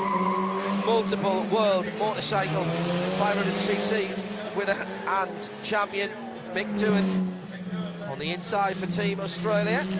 Not a great start there by Doohan, just a little bit tardy away from the lights. Whether it was, it didn't look like reactions, it just looked like he didn't get the car hooked up quite so well. Very easy to over-rev these cars in first gear though, so he may have just got it rolling and snicked it straight into second. I've seen a few people doing that and then hanging on to second through the chicane. Down in the braking area, here is Susie Wolff then, goes in for that night late apex that Andrew was talking about earlier. What does that mean? That means turn in a little bit later and square off the corner. Come from further round so that you see the exit earlier, means you can get on the throttle earlier. It's wide as well on the way down the hill there, and it's very difficult because you want to turn in earlier. Your eyes want to make you turn in earlier, but a decent tidy line. Right, now looking at this, it looks like Mick Doohan is ahead. Well, he is on the track, but how far? And I'd say not enough. Not enough at that point. 2.0000 to the 4th decimal tag here. That's impressive, isn't it? Very, very tight. Yeah, there's a curb on the inside there. Did you see from Doohan? Looked like he ran the car a little bit wide, crossed up again on the way under the bridge. There's that mark on the outside wall that we spotted this morning. Not sure who did that, are we? No, nobody's owning up either. Susie, oh, and a lock up on the down change there for Mick Doohan, just crossing his hands there. He doesn't do a lot of driving anymore, and look at his... The passenger, that's what I was saying. I'm just pointing frantically at the screen up here to John. The passenger is both hands absolutely clinging on to the front of the car there. This is going to be tight, you know. Doohan on the inside will have the shorter run to the line.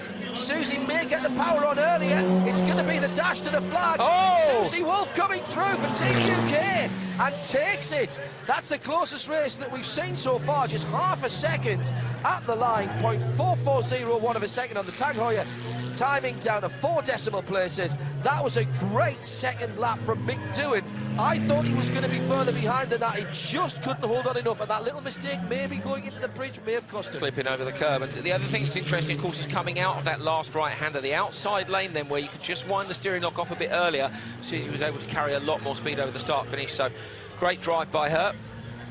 I think we are going to see places change on that run down to the finish.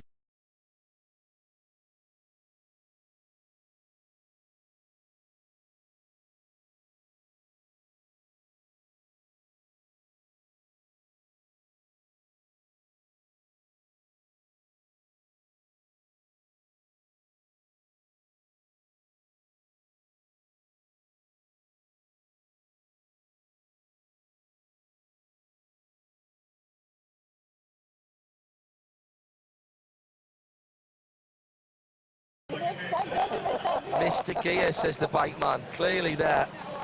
Look how much fun they're having, though. It's great, you know, and not bothered about the win or lose thing there, clearly. Just very, very happy to have had a decent race between them. Well, maybe. Certainly a lot of laughing. It's great. It's nice to see, isn't it? No pressure here for the drivers. Let's have a look at the next car we're going to see. This one very familiar to me, an endurance racing fans, the Audi R8 LMS in Cup specification here, under 3 seconds to 62 miles an hour. That V10 sounds absolutely glorious. Almost a 300 km/h top speed, and earlier in the week we were getting close to that. That's why the chicanes have gone in.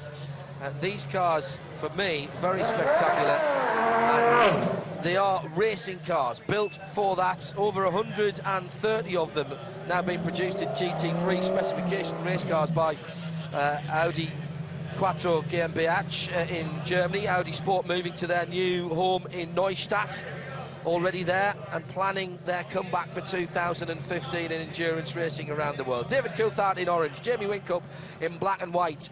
Jamie was loving this earlier on. Sorry, I couldn't talk more. You can't. The noise. It's illegal. It's illegal. The wonderful, wonderful noise away from the line. Great start from both. So this is a chance here then either to even the scores up, or if it's another win for Team UK with David Coulthard, it's going to put them in a very strong position early on in this second heat here. And it's going to put my Team Australian tip right out the window as well if they get 2 losses. Lovely, a little bit crossed up over the jump. We saw air from these cars yesterday, didn't we, over the crest? A little bit of cloud gathering in the distance you can see from the onboard. So close there, so close. Coulthard after hitting the Tech Pro barriers. Managed to keep it out, but super, super accurate. Here you go, through the chicane again. 3-bar chicane there. Now, this is the final corner, so we're coming round to the end of the first lap. Something around about 2.5 seconds should see David be able to take this as he comes through.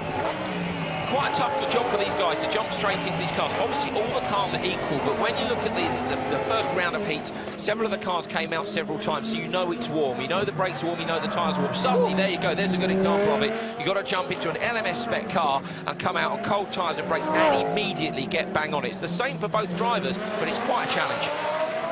David here, if he can keep this together, I think he's looking for a 0.8, 0.9 victory, but Jamie Whincup will be fighting back.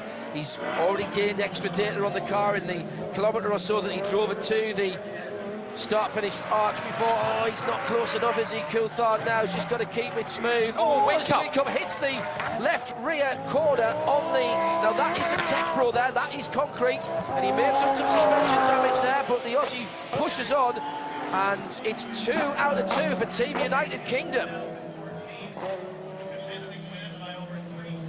David Coulthard, who has been very successful in Racing Champions in the past, got to the final, took Sebastian Loeb to a 3rd heat at Wembley a few years ago. That was back in 2008, and got to the semi-finals the last time that we had a Race of Champions, beaten by Tom Christensen in Bangkok.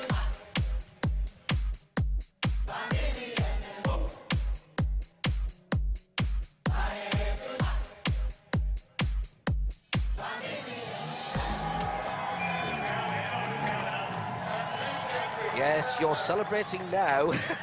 Talk to me in 2 minutes. Race of Champions Nations Cup live from Bushy Park, Barbados. Andrew Cully and me, John Hindhope, ready to watch the 3rd heat for Group B. It's heat 15 if you're keeping count. www.raceofchampions.com for the minute-by-minute and all the up-to-date scoring. Ryan Hunter-Ray and Dane Skeet. It is great start by Skeet. Yeah, really good. yes. He was absolutely sharp off the line. Yesterday, he was one of the guys who just looked so chuffed, didn't he, to be here. Mr. Gear. But to be here with all these superstars from the world of motorsport, you know, these guys are local drivers. It's absolutely right that we have a Team Barbados here. He was loving it. Trying the different cars as well. He drove pretty much everything yesterday. He did. And loved it all. Ryan Hunter-Ray wasn't particularly happy with the gearbox in this KTM Crossbow either. He had a couple of mixed gear changes as well, getting off the start. They're not the easiest car to get off the line. As I say, I do think Mick Doohan did a short shift and to miss that gear change just before the first chicane. And I think that's not the daftest of moves, to be honest. Across the line, Skeet, even with that missed gear change, this is tight, 1.6 seconds. This could be go either way at the moment. It's going to depend who is cool, calm and collected in the second kilometre. Closest finish, I think, was probably Susie Wolf and Doohan, and that was when we saw on the stagger that exact 2-second gap, 2.0 all the way across. So at the minute, this one's going to be even closer. What can Ryan Hunter-Reay do? The distinctive yellow overalls of the IndyCar man. Got it crossed up on the brakes there. You can see coming down the hill, just had to fight it a little bit left and right, and that's what we've been saying about keeping this one straight on the brakes through that. Oh, no, he's done it wrong. Away. Exactly what we said. You could see it went on the brakes, turned in too much, couldn't get the car to come back. He could still win this. Look at the crowd, though. They're going nuts. No, he's got it on the... He's got it. He's got it. He's going to win it. Skeet's going to win it. He's stolen it. He's taken the win from the Indy 500 winner this year. Dan Skeet from Team Barbados beats Ryan Hunter-Reay, the Indy 500 champion from 2014. The crowd really, really loved that as well. Great to see, as I say, so much local support. You mentioned the marshals earlier on. We saw some of the marshals on the first night of the welcome party wearing their Rally Marshal T-shirts. Yeah, they're absolutely proud of the sport and what they do for it, and rightly so.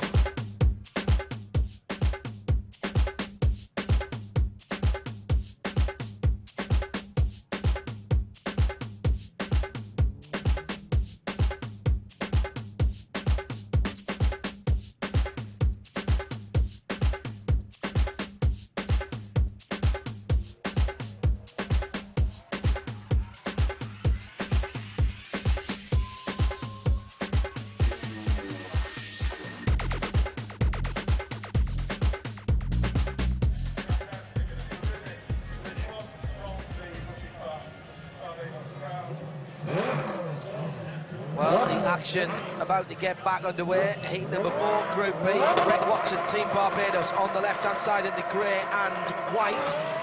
Red and white on the right-hand side gets a fantastic wheel spin start. That was about perfect. You want a little bit of wheel spin, but not too much. And marvellous stuff from Kurt Busch, who is adapting very quickly to turning left and right. Kurt Busch, a Sprint Cup star from the stock car ranks, of course, in the US. Been a bit of a bad boy of the sport this year, but has had a decent run. Go back to 10 years ago when he won the Sprint Cup Championship. And first appearance here in the Race of Championships. 25 top flight NASCAR Sprint Cup wins so far. Certainly can pedal. Listen to that. Trying to do the double this year, of course, doing the Coca-Cola 600 and the Indy 500. Never been done. Threaded the Audi through that chicane very nicely indeed. The chicane's fairly tight in these wide LMS cars, but they are lovely, absolutely stunning. I mean, I'm making a joke there at Kurt's expense. He is very good at turning left and right. He's one of the better road car drivers in NASCAR. And at Indianapolis, of course, he was Rookie of the Year this year in the race that Ryan Hunter-Reay's teammate this year won. So that was a really, really good effort. So as we come round there, this is looking pretty tight. Near the chicane, yes. Now, who takes the most momentum in the final corner? Kurt Busch on the inside. But will the Team Barbados car be able to outdrive him? He's coming, he sneaks it on the line! Oh, fantastic finish. Rhett Watson beats the NASCAR star. Fantastic Listen finish. To the crowd. On the inside lane, Busch, as he turned into the final corner, clipped the curb again, and it just looked like it ran the car a tiny bit wide. Did he have to wait to pick the throttle up? Hard to tell, but either way, double win for Barbados, so it's them and Team GB at the top of the table.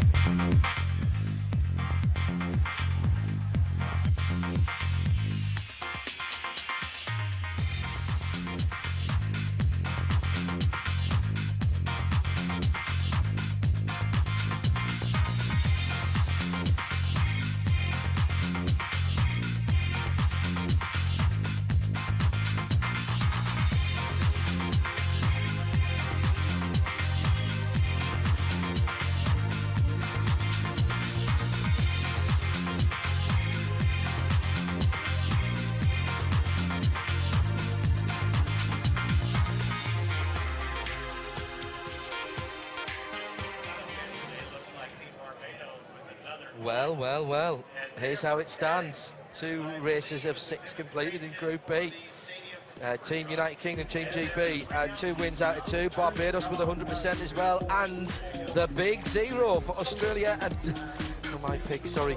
And Team USA. Sorry guys, Mick Doohan is going to kick my shins when I see him. As is Jamie Winkup.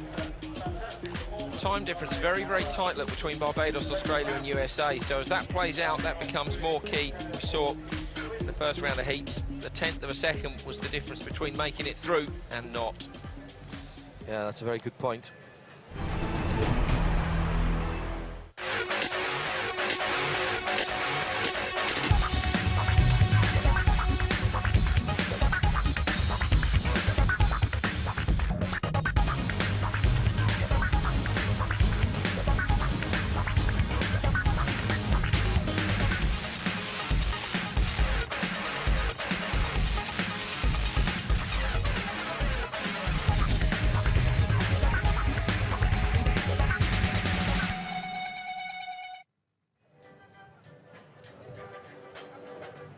So the clouds gathering just a little bit. A little spot of rain would spice things up. That's not why the brollies are up. That's to keep those guys out of the sunshine.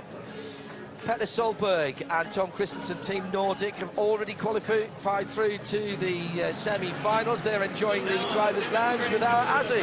And I know you'll appreciate this. We saw one rump a minute ago. Hopefully they'll keep it on at least 2 wheels. The next round, just how hard was it? Oh, very hard. I mean, I think the challenge here, it's the circuit is very long and it's really tricky.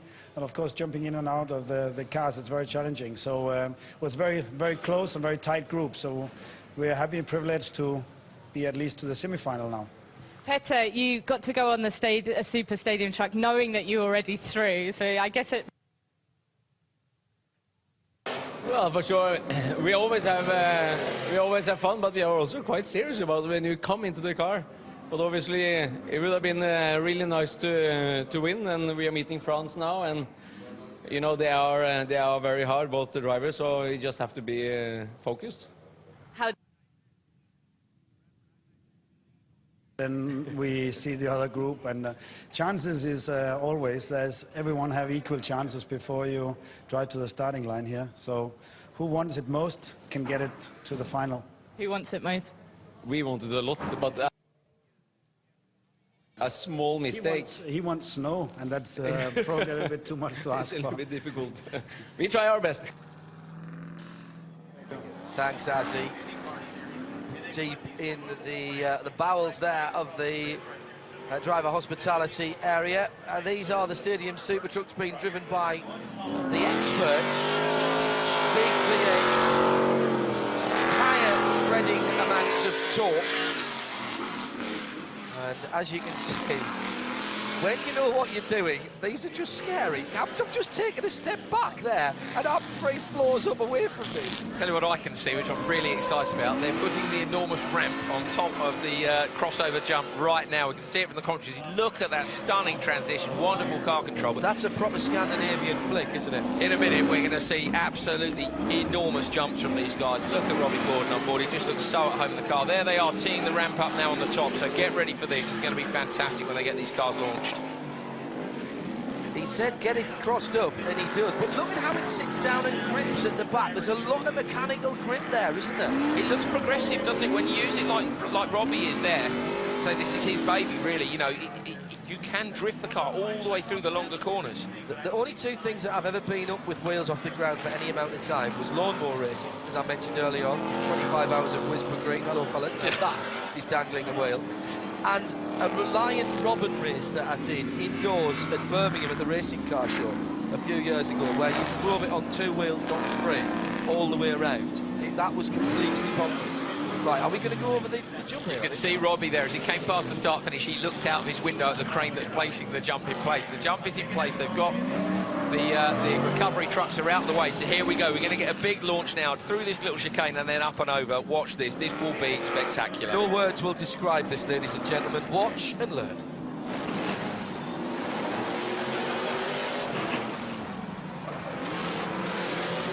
And the crowd loved it. Yes. That's what we have to say to that. Fantastic. Then sideways through the hairpin.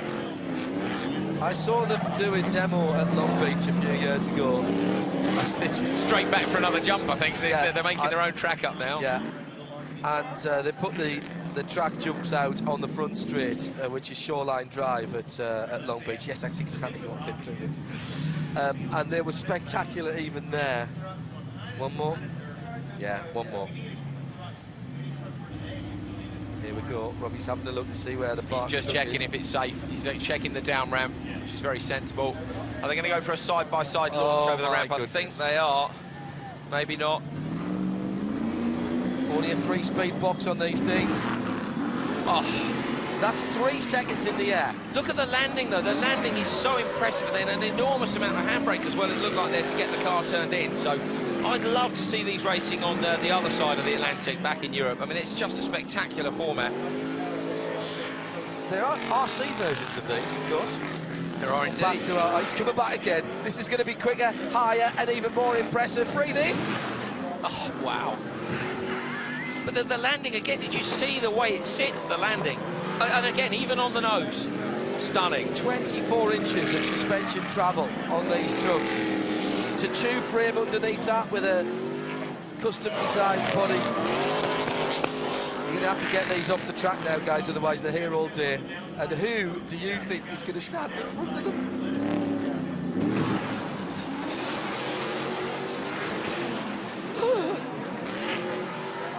Deep breath. That is magnificent. It's brilliantly bonkers, isn't it? Wherever you are watching around the world, either on the stream at racerchampions.com or on our television partners around the world, you can't deny that oh, 360. 360 from Robbie in the truck. You cannot deny that that is entertainment with a capital E. He's fully on top of that car as well, isn't he? That's a full sort of 360 spin, proving it's not going to dig in and pitch over. Big grease. What a versatile driver as well.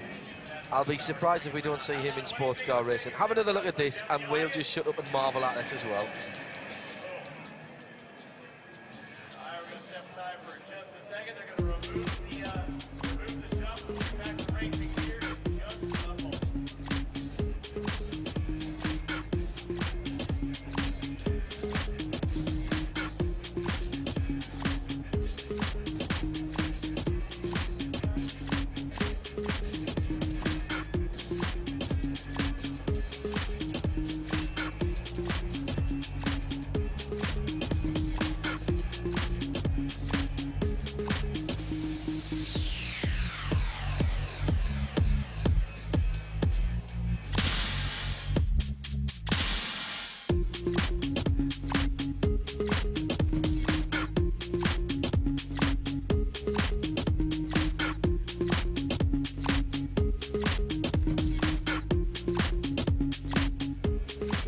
I have no words for that. Absolutely no words. Top of Group B at the moment, Team GB. Here's David Coulthard, Susie Wolf in the Atom.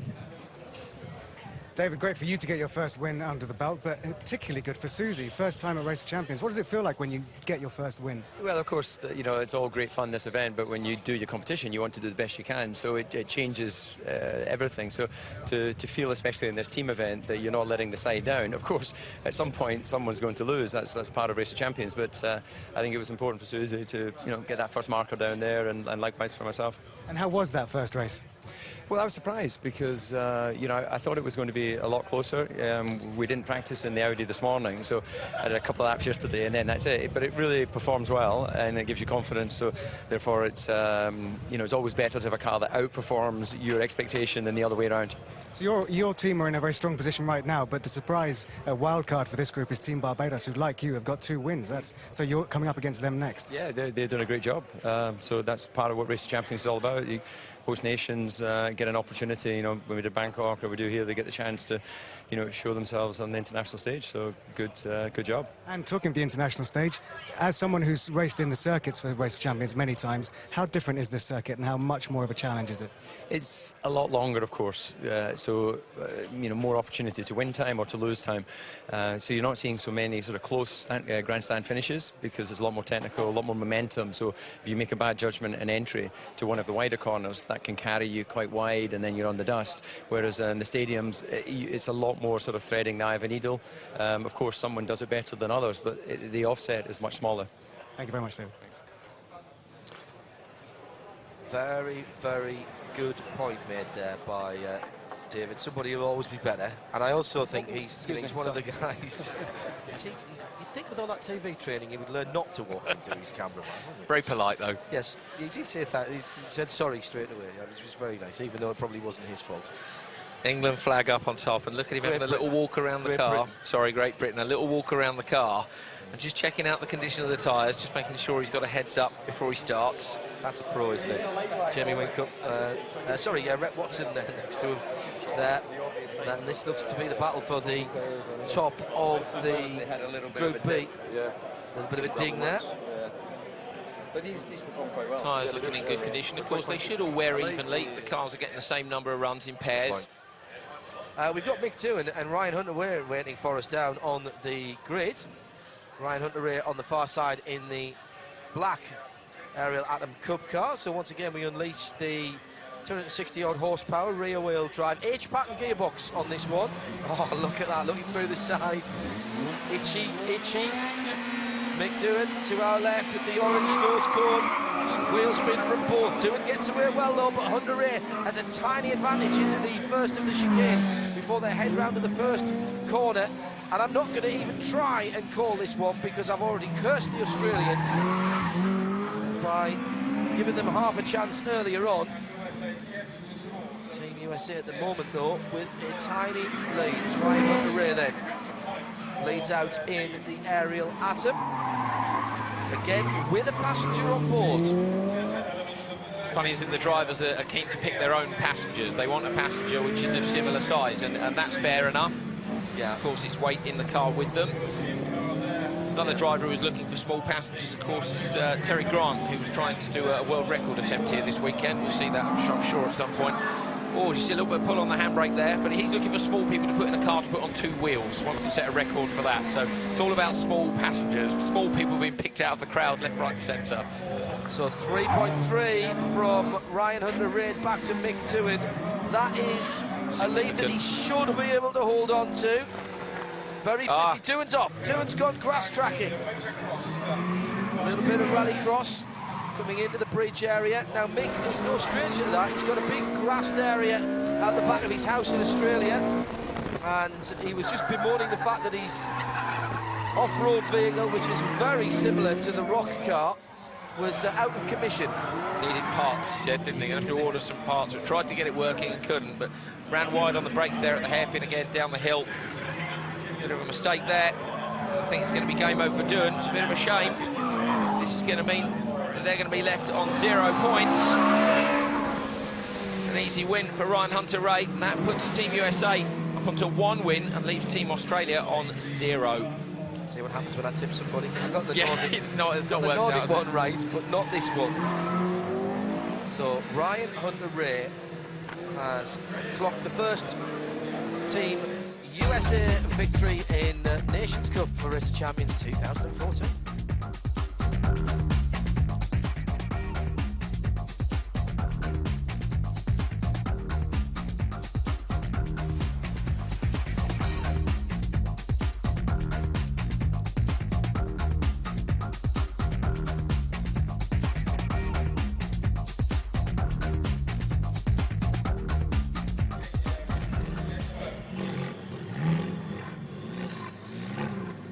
So Kurt Busch in the white KTM crossbow, Jamie Winkup in the black. Wincup's got to rescue it here. It's got to. This is a massive, massive heat for Team Australia. We could have 3 teams tied on 2 wins if USA can steal this one, but Jamie Winkup gets a decent start. The man is used to the V8 power, having to get used to half as many cylinders here. A very different feeling sitting in the open air of the KTM crossbow from inside his V8 supercar. Bush not using quite as much of the track there in turn one as we've seen some of the drivers do. Johnny Palmer was particularly committed earlier today, wasn't he, using every inch of the road. But there's a good section of curb out on the outside there as well, which they can run the cars over just to get it turned in a little bit more. But it's not going to make the difference between a win or a lose. Now they'll come round to the end of the first half of the race. Remember, it's twice past the line before the times count, but we do get a little bit of an idea now. We've seen a few races. Somewhere in these cars, around about 2 to 2.5 seconds is enough if you've held on to it. Oh, that's right in the zone. Now, was there a touch there behind? That was in the background. We saw the barrier was just thumped in the background, so I think it must have been Kurt Busch has taken the barrier out hard, so it'll definitely be a penalty. Oh, and on the grass as well on the outside there. Confirmed penalty. So there we are then, 5 seconds on the limiter all the way down the hill there. Decided to see the little light in the centre of the dash, decided not to go up a gear. It's one of those points where you haven't quite got time to go up and go back down, so you just leave it on the limiter down the hill and save the time of 2 gear shifts. Confirmation of Kurt Busch nailing the chicane on the front straight. Eagle-eyed Andrew alongside us spotting that. And this is going to be another Team America's win. Goes through and wins it despite that little clip. Takes it by just over 1.5 seconds, and we have 3 teams tied on 2 wins. A massive rescue there by the USA team. You know, they were on 0-0 with GB and Barbados on 2, and now unfortunately it is Australia looking highly likely not to make it through. As you say, 2 all round.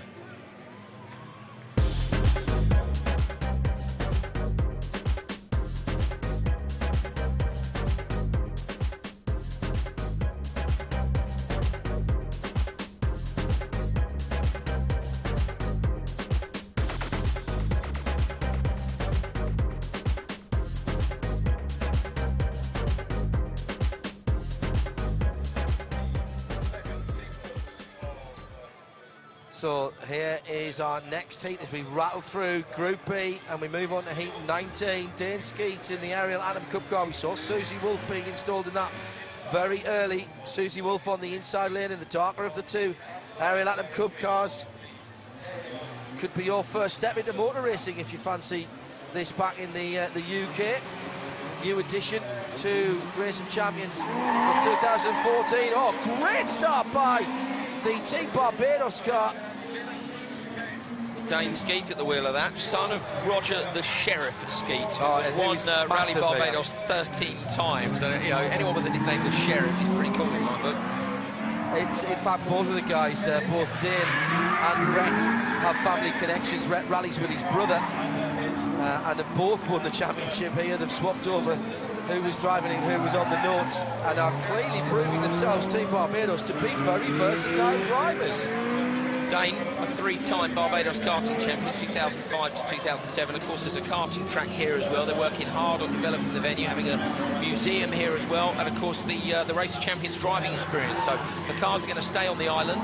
You can book yourself in, come and try the very same track, so you can keep up with the world's top drivers' time. So I think it's a great idea. Susie Wolf has barely a second, 9/10 in fact, and that's not enough. Susie is being pushed very hard indeed. Here's a big sideways moment by the Team Barbados car. Dane Skeet is not frightened to keep that right foot planted hard. Now the question is, did he gain or lose time by that? Did he just have to lift off? This is going to be very close indeed, as Susie Wolf is under pressure, and this could be win number 3 for Team Barbados. Big sliding moment again from Skeet.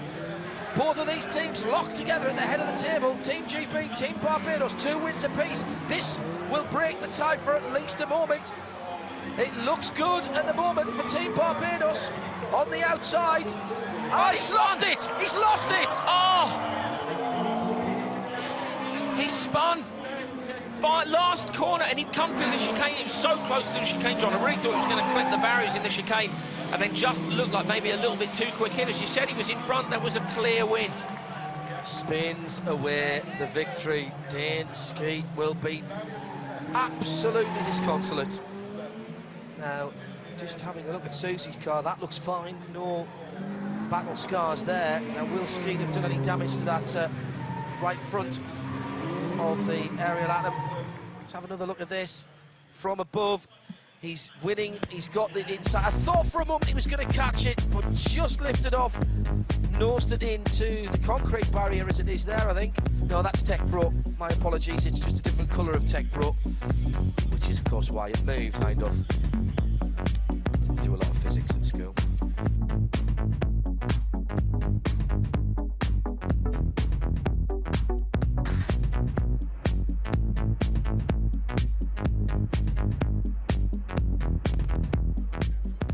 By the way, Mr. Elliott, I know that I didn't do that much physics at school.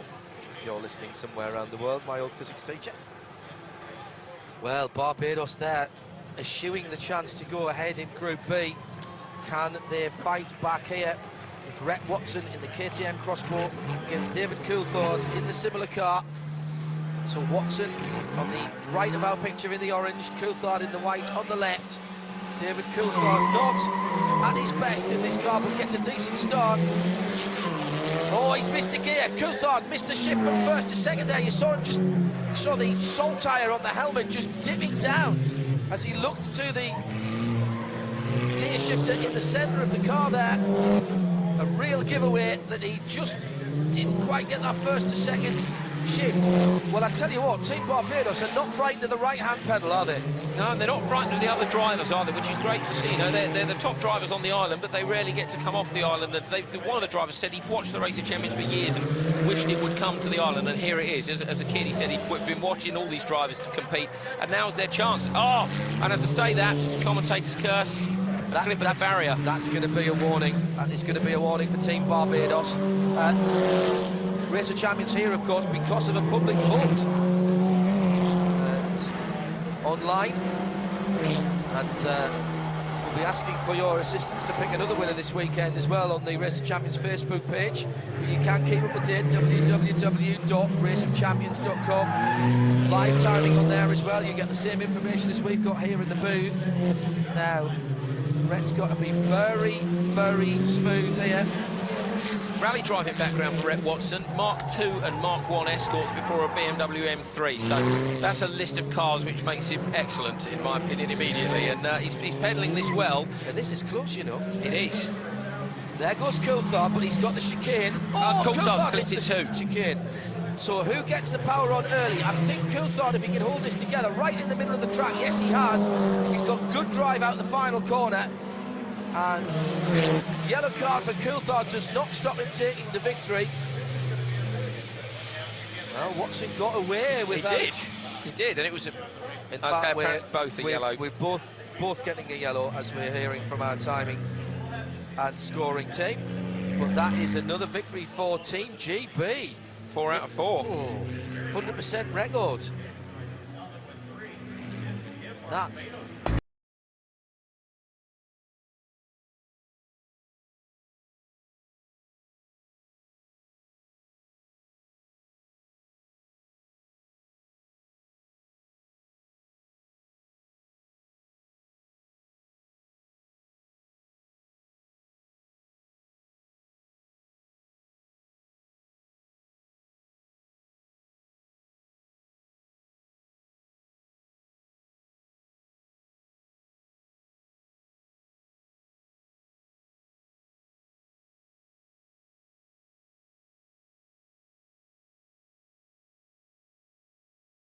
Clearly McDowan enjoying the gear shifting issues that everybody was having there, and an even more impressive victory for Coulthard, having seen the run-off track that he managed to do, and he got that back with style.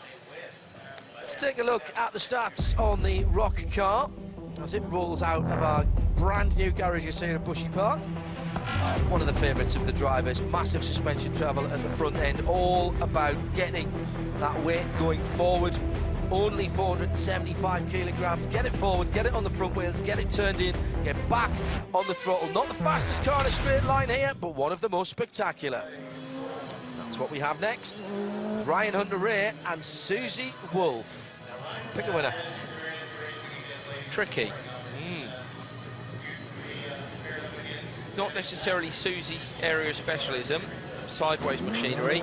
Done a lot of stuff in high downforce machines, but, you know, confidence-inspiring drive for her in her first run with a win today. She's had 2 wins out of 2 drives. Yeah, so, you know, on it. And also, not really much pressure. You know, Team UK are sitting pretty at the top of this table with 4 wins. So really, highly unlikely not to go through. As Team USA really, really need to chalk up another one. It's very tight behind Barbados, USA. Team Australia with no wins, but if they get a couple in there next, they could turn it all around very quickly. Wait for the lights to go out. There's the greens. And we are racing. This is Group B. It's Heat 21. Ryan Hunter-Reay, perhaps with a tiny advantage, going through our first corner. A little bit of cloud cover over the sun, maybe just affecting the temperature of the track a tiny little bit now. For the first time today at the Rock Nations Cup, we haven't had clear blue skies. And I'm just going to throw this in for later. We have had a little speck of rain at every afternoon so far in Race of Champions, and that would throw a real cat among the pigeons. It is an ice rink when it rains here. We wandered up from the bottom of the circuit to the top yesterday and nearly fell over ourselves. It really, really slippery. Haven't seen most of the drivers who haven't had a wet run. If you remember, yesterday it was practice for the Race of Champions Barbados, which was taking part in Suzuki Swifts, I think. And that will decide who goes through from the Barbados contingent to the Race of Champions. And they got the wet weather, so, you know, our champions and our nations drivers haven't really driven in the wet. Now Susie's going to have to keep her wits about her here, because 1.8 seconds sounds handy, and of course it is, but they've only done 1.15 kilometres. They have the same distance to do again. Look at the concentration in Susie's eyes. Remember commentating on her on the British Touring Car Support Package in Formula Renault. So she's used to that downforce that Andrew was talking about before. This is a different animal. It's tight here, Andrew. Lovely, tidy driving style from Susie, though. Really, you know, just a little bit of oversteer on the exits. Typical of circuit, yeah, fingertips on the steering wheel. Really, really good. But I think this one is going to go the way of Team USA. They're on the outside. They've got that great run to the finish. It is indeed. So Team USA chalking up their 3rd win, and that will see them up into 2nd place in the table. Susie Wolff, unfortunately, not able to keep the clean sweep going for Team UK. But either way, I think they're going to make it through to the next stage. Fingers crossed. Not that we're biased or anything. Well, Team UK in all its guises down the years has been very, very close, but never taken the Nations Cup. Last time out, beat by the all-conquering Team Germany of Vettel and Schumacher, of course, in Bangkok, the Ramanganjala Stadium, 2 years ago now, that one. Hard to believe.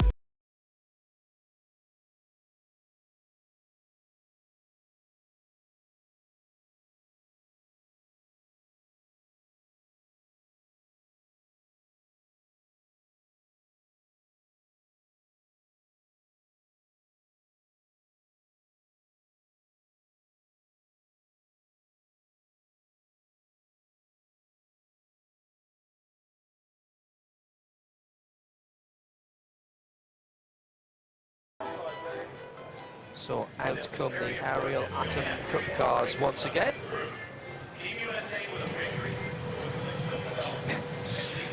That is so nowadays, isn't it?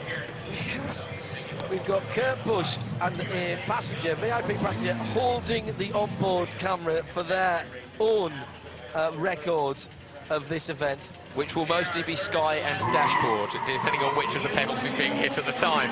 That was Sky, now Fate, now Sky again. Oh, now Fate again, yes, exactly right. Round the outside, David Coulthard for Team GB, with the Union flag fluttering in the little breeze that we've got here at Bushy Park, just keeping temperatures here in our open comedy box down to a pleasant level. Whoa, Kurt Busch crossed up over the jump. No, and close to the wall on the outside as well. Still desperately clinging onto that camera inside the car. I want to see that footage. That's going to be fantastic. I hope that's getting posted sometime soon.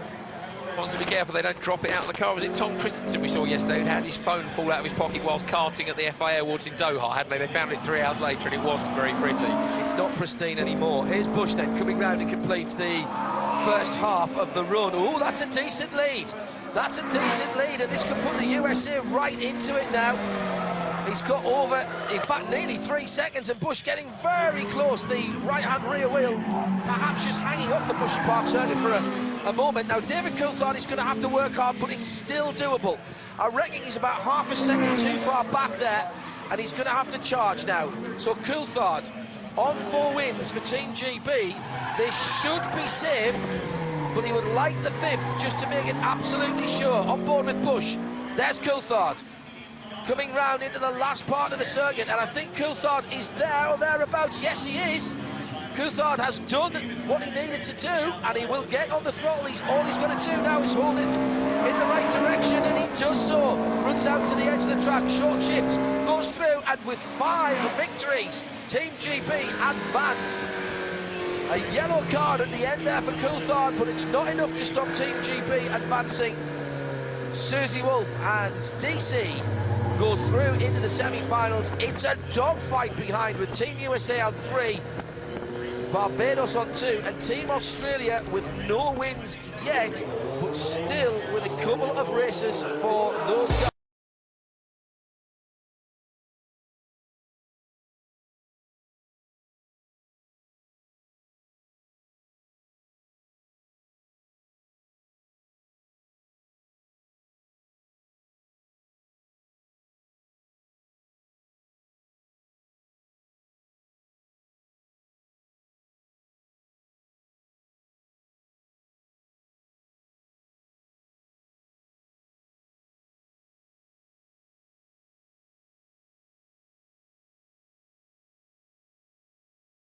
So, Andrew, here's the table, and you've been doing a little bit of arithmetic. What's the situation?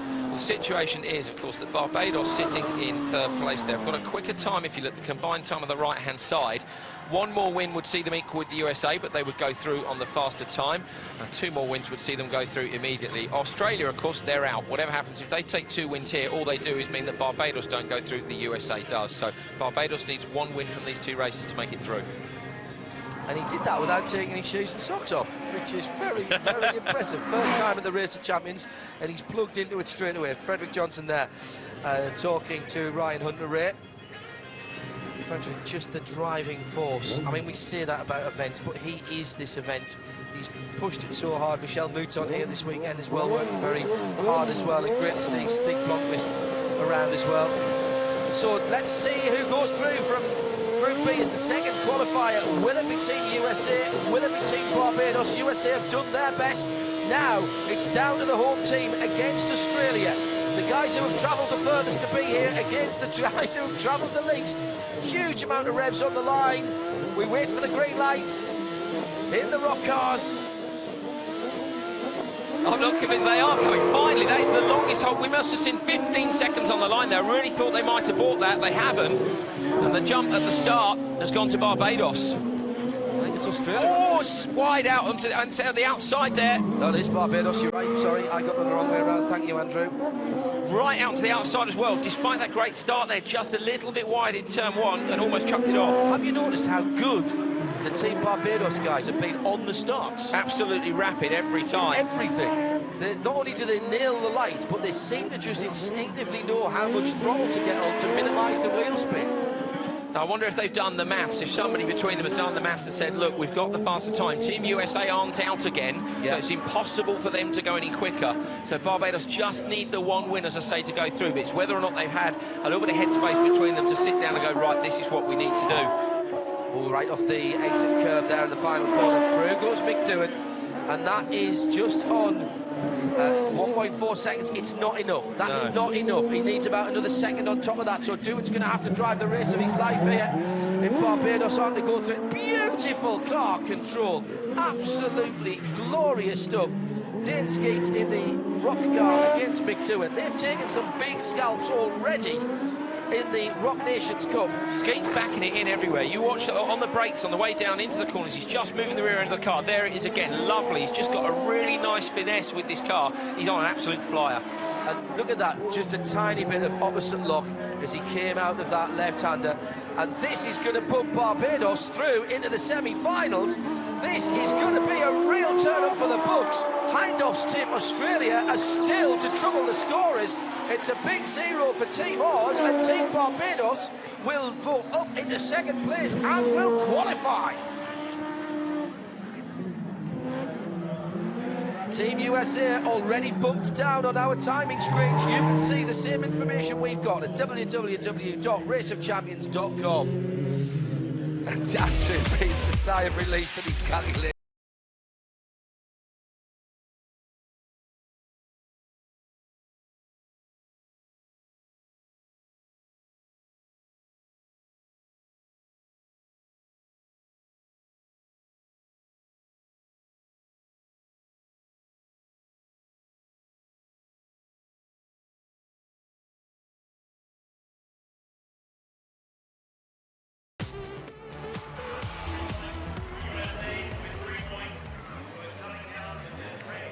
Well, there's Team GB, Susie Wolf on the right, Tim Coulthard on the left, and it'll be them versus Team Barbados in their semi-final. But before that, Jamie Whincup and Rhett Watson. Surely Team Oz can get a victory here. They need to get one, don't they, just for pride. This is really just for fun, don't forget, because we know Barbados is through already. Well, fun for Barbados, but honour for Australia. Jamie Whincup. Can he lift them from the 0 score at the bottom of the leaderboard? Ariel Atom Cup car with the full house digital dash. Takes a way to start your racing career. I'll have to have a look at this when I get back to the UK. Running as a cup competition in the UK, looking to get something in the region of 20 entries next year. New car in the ROC, and it's been an instant hit. 6-speed manual H-pattern gearbox, just on 245 brake horsepower and a magnificent 8,200 revs, and those little 4-cylinder 2-litre Honda.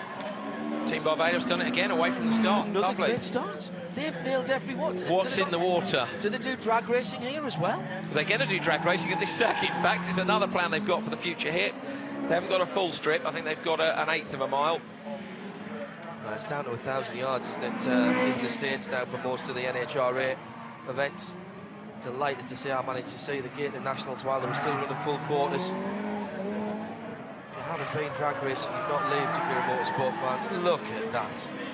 That is sheer quality. These guys, never seen these cars before. All right, the circuit they've seen, but not in this configuration, so there's no home advantage here, Andrew. No, Rhett particularly, you know, he's a rally man through and through. Not so much with his teammate Dane. But Rhett Watson here, what's the gap? Okay, so it's going to be tight, 2.1. This is going to be really tight towards the finish. But yeah, Rhett displaying very, very nice car control as well. Does depend on the car, doesn't it? They've got the cars that you can chuck about. You know, the rock car, particularly, can be thrown around nicely. They both wanted more of the Audi yesterday when we were talking to them, but I think that's pretty much everybody said the same thing. That's just because drivers like pace and power, and I think that is probably the fastest thing in a straight line here. Oh, beautiful stuff from Team Australia there, and Whincup I think has done enough to get this one, so Australia will not leave empty-handed, and I'm pleased about that. As he drifts the Ariel Atom Cup car through the final corner, it will be a win, but a consolation is all for Team Australia. They go out with merely 1 W, and it will be Rhett Watson and Dane Skeet who go through into the semi-finals from Group B, and I would say that is a tad of a turn-up for the books. Wish I'd put the money on the outsiders before, and apologise to all of my Australian friends for cursing your team.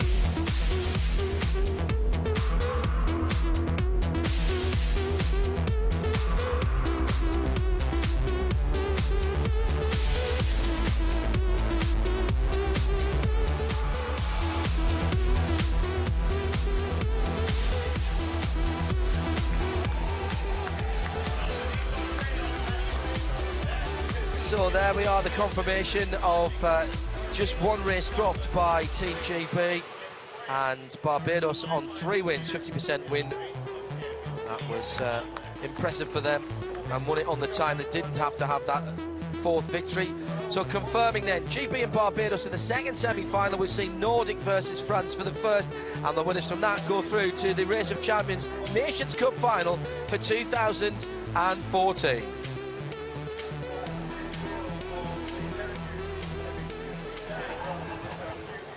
Dane, when you knew you were going to be racing in Rock Nations Cup, did you imagine that you'd be progressing to the semi-finals with your teammate?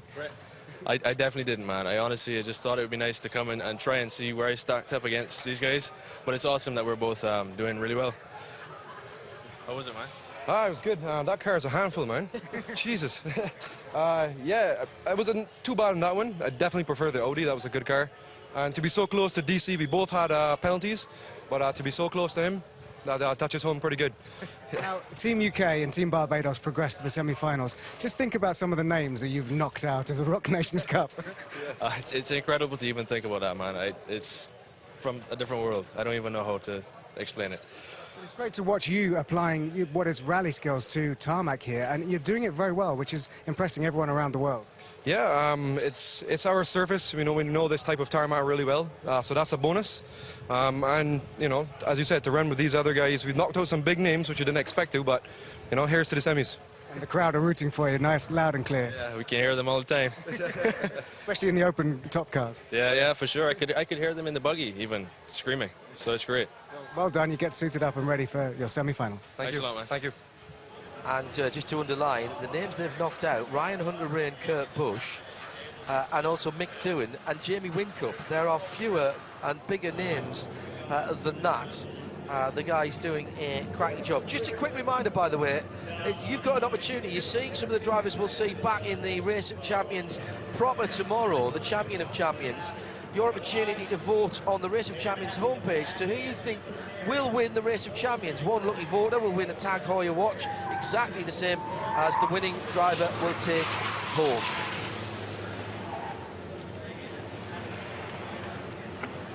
So as we once again have the exhibitions out on the circuit with the Race of Champions Nissan Juke Easy Drift, let's go back and take a look at some of the action from the Group B qualifying that has seen Team GB and Team Barbados progress to the semi-finals.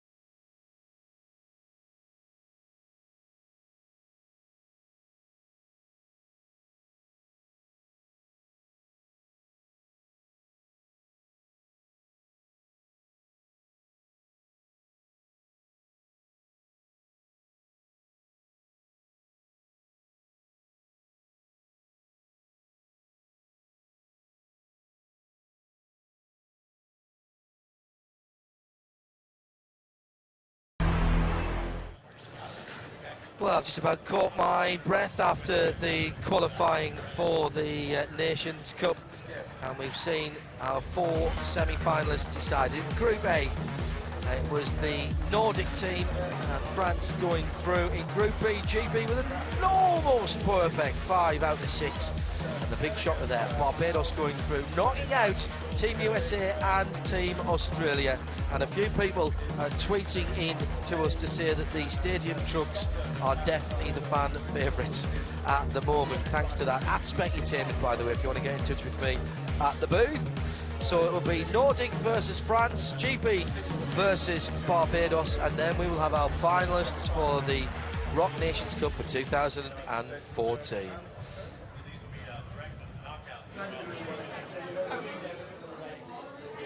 Jose, that was a pretty spectacular crash earlier. It just goes to show the limit that you're on when you're on 2 wheels like that. Yes, it was a pretty good experience. It was the first time for me actually rolling the car. So yeah, these trucks are really impressive, really nice to ride. I just got there and I felt like it started to roll, and I thought it was going to be okay, but yeah, it was a good experience. Unfortunately, you know, we rolled and we got we didn't get the chance to pass through the manches, but it was good fun, especially, you know, with these trucks. Thanks a lot, Jose. Thank you. Ah, brilliant stuff, and here it is again. Now watch how much dirt comes in. I've got it, oh, I haven't got it, hang on. Oh, no, what was that? Right, no, it's coming back, it's coming back. If I just put my foot down and, oh, no, not quite. I'm on my roof. He nearly got it back though, Andrew, in fairness. He did. It was just that last little reaction, wasn't it? As it went over, he needed a little bit of lock the other way, and then it went over, look, almost comes back up, and there, as he got on the gas, he needed a lot of right lock, but would have been a bit of a miracle to pull that one back from the abyss. It's spectacular, though. Semi-final A then, race 1. Esteban Ocon on the left, Tom Christensen on the right. France against Team Nordic. Limiters are on. Knockout time. It's another really long hold, though. Drivers cannot blink now, they're just waiting and waiting for the lights. 15 seconds we saw in one of the final heat races. Tom shaking his head there. And there's Roman. And I think they've had to have bought this one. 550 kilo Ariel Atom Cup cars. The engine's gone, I think. It's gone into limp home mode. Not surprised, holding it on the rev limit that amount of time.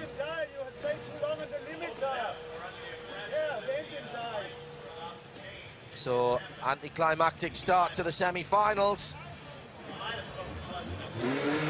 Restart, we go back to the countdown procedures. These little 550 kilos, 1,210 pounds of Ariel Atom Cup cars, and we're off and racing. Christensen gets a decent start there. And he's gotten away from Ocon on the outside. Tom he had that happen to him in practice earlier on, and he wasn't happy when his lights held him a long time, do you remember? And the thing is, you have to, that's gone now, it's in the past. This is the race right now. They've got to immediately stop worrying about the lights and get onto it. And that little distraction before, it's a big thing, isn't it? And that's where the mental strength of these drivers comes in. Physical strength in these cars too. We've seen these wonderful pictures of Christensen once already today on board, but again, hopefully we'll get a chance to have a look at his face and his gritted teeth. Here we go, down towards the chicane. Oh, that's genius stuff, isn't it? And there again, you see Tom Christensen, the Great Dane, the man who is knighted by his country for sporting achievements, dragging that car across the line, stops the clock at 52.5, and look at the gap he's got. That is huge. Enormous, absolutely enormous. He's reminding me of one of my heroes, of course, would be on Team France, Francois Delacour, who always used to grit his teeth and pull on the wheel. And Christensen, again, you saw it there as he went to take the next gear. You could see it on his facial expressions. Here we are, it's just such a wonderful onboard shot. He's miles and miles ahead now. It's just got to not make any mistakes. Long run down to the outer hairpin. There again, gritted teeth. Surprised he hasn't worn the open, the full-face helmet just to stop anything flying into his mouth while he's going down the straight. Now, can he hold this together? The Frenchman fighting back, but I don't think he's close enough. No, it's not going to be good enough. And it will be first blood. Remember, this is just the best of 3. So you really don't have a lot of time to fight back. Christensen dragging. Did he hit the handbrake there as he went through? I think he hit everything as you wanted to slow down at the end of the race, but great job by him, absolutely fantastic. 2.6 seconds, one of the bigger gaps that we've seen, Andrew, in a heat where no one's had any issues. So Tom Christensen coming to grips with the Ariel Atom Cup car in a very big way. So race 2 and a third, a tiebreaker decider if we need it. For France, it's easy now.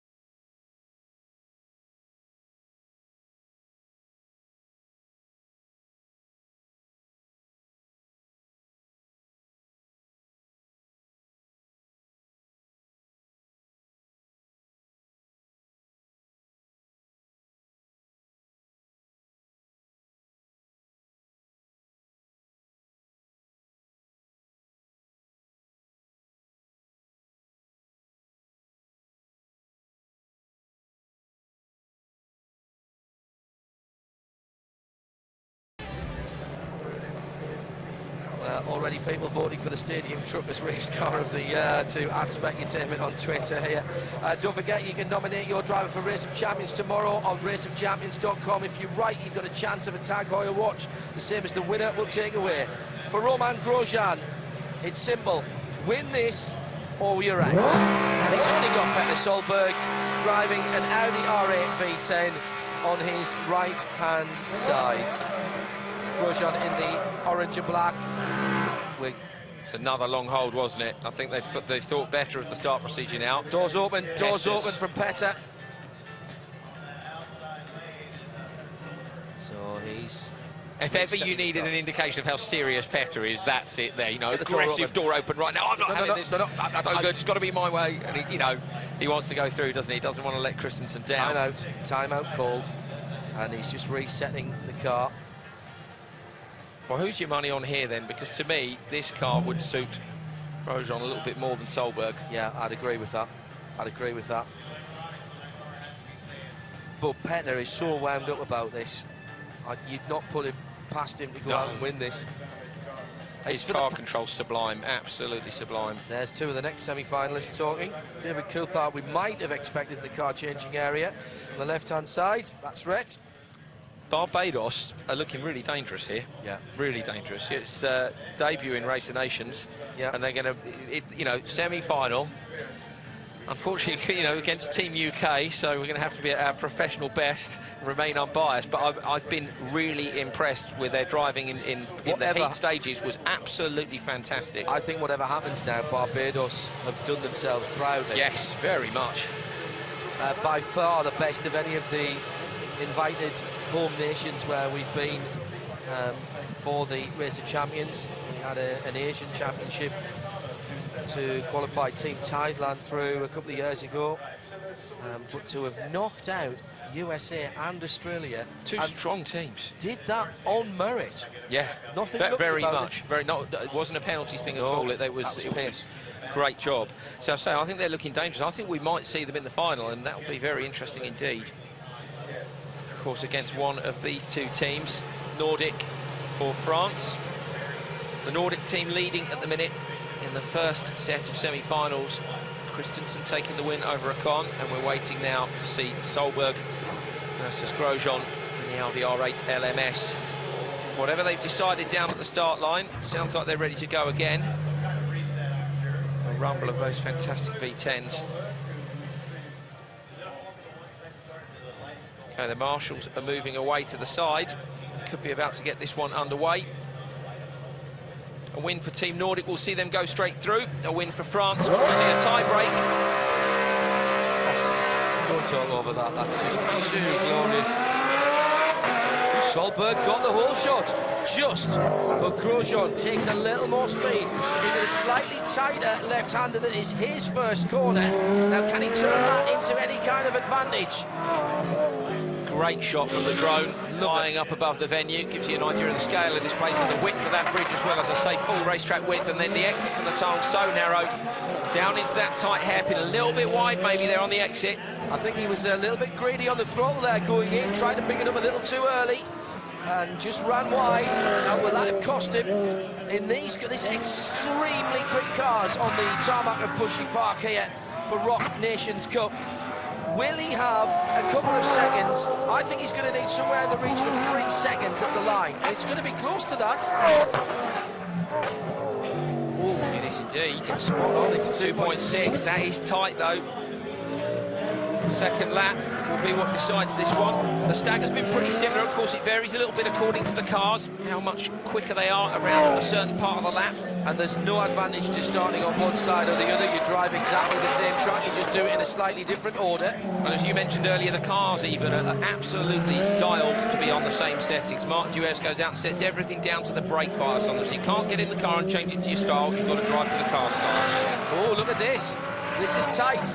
Now, can the outside lane do anything here? It might be just asking a little bit too much. I think, yeah, that is one back, isn't it, for France and for the glory of the French tricolour, Romain Grosjean. Means we go to the tiebreaker. So it'll be a quick car change now, I think, for Grosjean.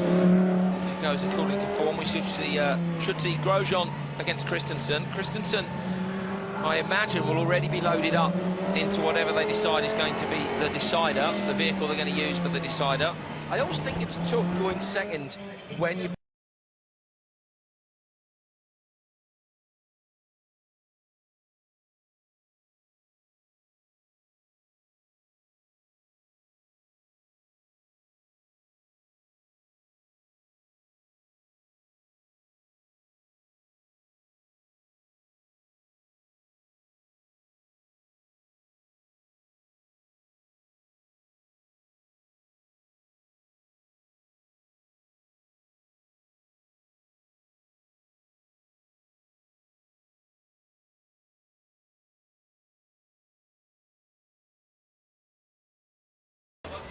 Yeah, I always think it's difficult to go second when your partner's won, because what do? Do you play it safe and try and get the victory, or do you go for it? You know, it's easy for Grosjean there, he's just got to win. So that is Cole. It's KTM. Yeah, it's KTM's And next what time was around. Grosjean amazing in earlier on today? KTM. I think that's a smart move from Team France. So it'll be Christensen versus Grosjean. The two winners will fight out for a semi-final victory, which will take them through to the Rock Nations Cup Final 2014 to race against either Barbados or Team GP. I'm not saying anything. Dare to dream. Dare to dream for both of those. I wouldn't be disappointed to see either of those guys go through. If I was led kicking and screaming to make a decision, because you know how I don't like to have opinions about anything, I would love to see Tom Christensen come away from this weekend with either a Nations Cup victory or a Champion of Champions victory. It's been so close so many times, and it's been such a big part of my professional life in sports car racing. It would just kind of work for me. Be a nice bookend, wouldn't it? Yeah. Not that it's the end, because he's already said he'll continue to come back to events like this. He did say yesterday as well that he fancied a crack at rallycross, which I think his father had said to him that he should try rallycross at some point. Tom lost his dad a couple of years ago, just before his final Le Mans, his 9th Le Mans victory. And one of the most amazing things I've ever seen anybody do is standing on the rostrum. He'd already told us that if he won, he would dedicate it to his dad, who he'd lost earlier in the year. Sadly, we lost Alan Simonson, and he dedicated it to Alan, and never got the chance to dedicate another victory to his dad. It was the most amazing act of selflessness I've ever seen. Really, really nice guy, very welcoming. Yes, I mean, you've met him a lot, of course, through your LMS stuff. Not so much for me. Let's head down to Ocon, down in the car changing area. This is the big one. So, Esteban, just one question. Do you think Romain can do this and get you, Team France, through to the final? Yeah, I think he can do it. He showed how fast he is. Yeah, I'm sure we will go through. And for you, has it been a good experience so far? Yeah, it's a good experience. I mean, I'm struggling a bit with the old type of cars with manual gearbox because it's not what I'm used to. But yeah, I'm coming and I'm improving all the time. Thank you. Esteban Ocon with Neil Coles down in the car changing area. Well, I'm not sure. I'm really not sure. The only thing I'm sure of is that both of these drivers will give everything to get through to the Race of Champions Rock Nations Cup final here in Barbados. Oh, it could not be any more even off the line. Tom Christensen just missed the gear from first to second. That's given France on the outside a tiny, but tiny advantage. Perfect start, as you say, from the pair of them, and then just shifting up, maybe the advantage. A little bit of tail out there in the outside lane and through the split. Up and over the top. Oh, sideways again and out onto the grass. So a little bit of time lost, and that's going to cost France. Christensen over the top was tidy, and he gets into the hairpin at the bottom there as well. We saw earlier on a KTM race thrown away by too much sideways. It's not a car that you gain time by being sideways. It's got to be precise. So Tom Christensen through the back straight. Oh, touch on the wall. Touch on the wall, I think, there from Grosjean. Now, has he done any damage to the right rear? Tom Christensen, in what we've now come to see is this grit and teeth style. He'll go across to complete 1.15 kilometres. He has the same again. This is a huge lead. This is a huge lead for Team Nordic and for Tom Christensen. If only he knew he can pace himself from here. He mustn't throw this away. He can't surely throw this away on the podium a couple of weeks ago in his final race for Audi in an LMP1 car in the 6 hours of Sao Paulo. A most unexpected result. Can he get through to the Rock Nations Cup final now with Peter Solberg? Does he grit his teeth like this in endurance racing? Well, we don't know because we've never seen it. Amazing, isn't it, that he chooses to wear an open face here in these short races. Very, very tight down on the back straight. Coming through the final chicane. It's going to be a dash to the line. Christensen's on the inside. I'm not sure he's done enough. Grosjean's got the power on, but he just goes sideways for a moment.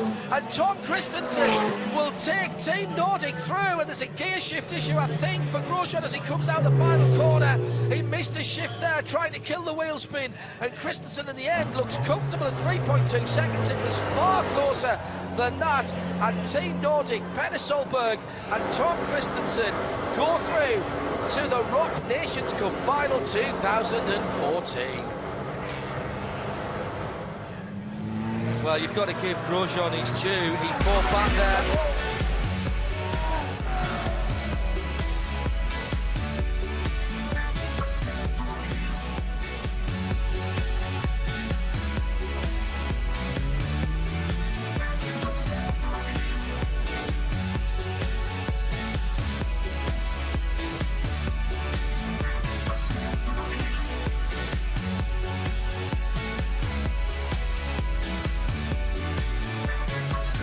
There was a moment there in those highlights, right at the beginning, when the gear was missed. It's almost seen Tom Christensen think, I know, I've thrown it away.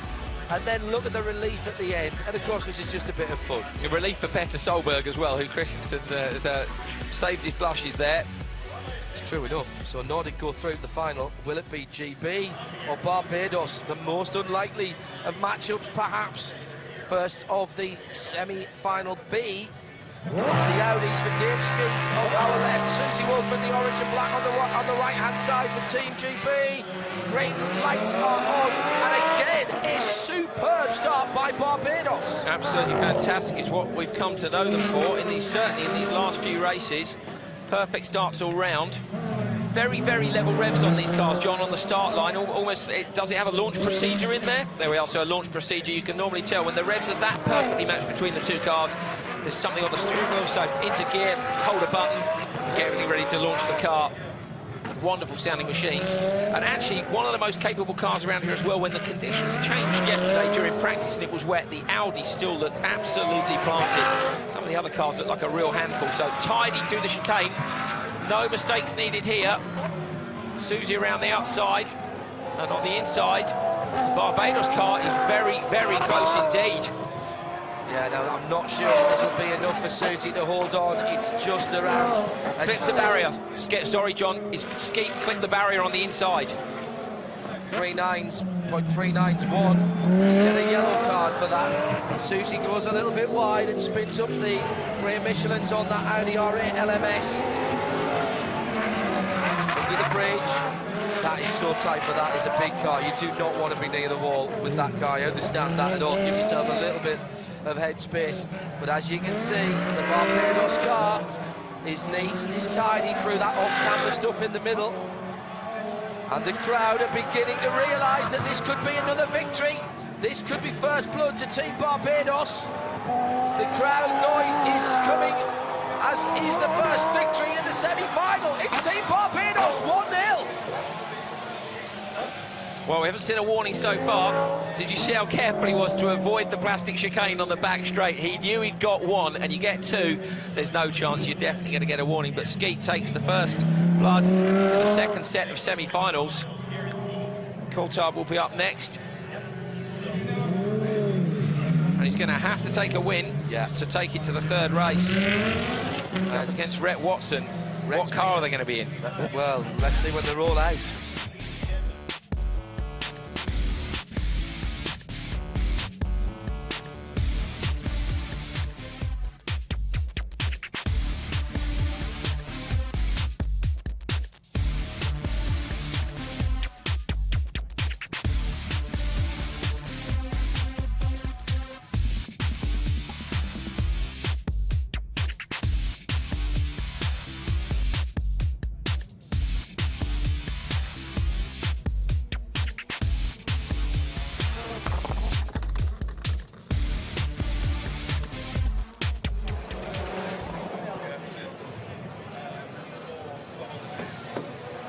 Well, Susie Wolf then being beaten by this man, Dane Skeet, and his car control was outstanding. We will have some local drivers in Race of Champions tomorrow. Will they get your vote? www.raceofchampions.com. You could be winning a Tag Heuer watch exactly the same as the winners get. And here comes your favourite, the Beasts. Not biased at all. 600 horsepower, the only all-wheel drive cars, the Polo Rallycross cars for David Coulthard, who did not get on with this machine at all well. Did half a lap in the first one before the car drove him. Yeah, he broke it, unfortunately. Used the handbrake, ended up in the wall, broke the suspension. On the other hand, Rhett Watson listed it as one of his favourites. Tricky things to get off the line, 600 horsepower and four-wheel drive. First time we've seen them even start between the two. In fact, Coulthard, if anything, slightly quicker. So pointy, these cars, aren't they? They are so twitchy. Fabulous things. We had a good crawl over one earlier this week. I'm thoroughly impressed with the standard of preparation. Stunning, yeah, stunningly well built. Specifically for Rallycross, of course. They are indeed. It's VW Markham who run them, backing from VW, so a sort of a semi-works team. Second in the team championship, in the World Rallycross Championship this year. They were beaten by Ford. It went right down literally to the last round of the year in Argentina just a couple of weeks ago, and the cars have come straight from there to here. Interesting that this is a four-cylinder VW family engine, but it's north and south in the car. It's not transversely mounted, and believe it or not, because of the massive amount of power that they're getting out of it and the high compression ratios, this started life as a diesel block. Super late on the brakes there on the inside from David Coulthard as he tries to pull back some of that 0.6 of a second. I think Coulthard's got this So do one. I. He's right on it, isn't he? He suddenly found his feet with the car, driving it absolutely brilliantly. He's driving it very deep into the corners, and by that I mean he's braking late and late and late, all the way up to the... Look how early Rex turned in there. Left-hander round the hairpin, down the hill, another left to go. And then flat out down the straight, pulling gears, flat shifting these cars. This is brilliant stuff from Coulthard. He's really got his head round it. He smashed it. He has knocked it out of the park here. Inauspicious start for David Coulthard when the car bit back about here on his first half lap out, and he has done a cracking job. I wonder what he thinks of it now. Yeah, he'll love it now. Exactly, exactly. So it's going to be... It is David Coulthard that has been confirmed in a 1:34.9. And that's an absolutely rapid time as well. That is one of the first time times. first time we've seen these cars. A lot of people at home wondering when we were going to see these 600 horsepower beautiful cars.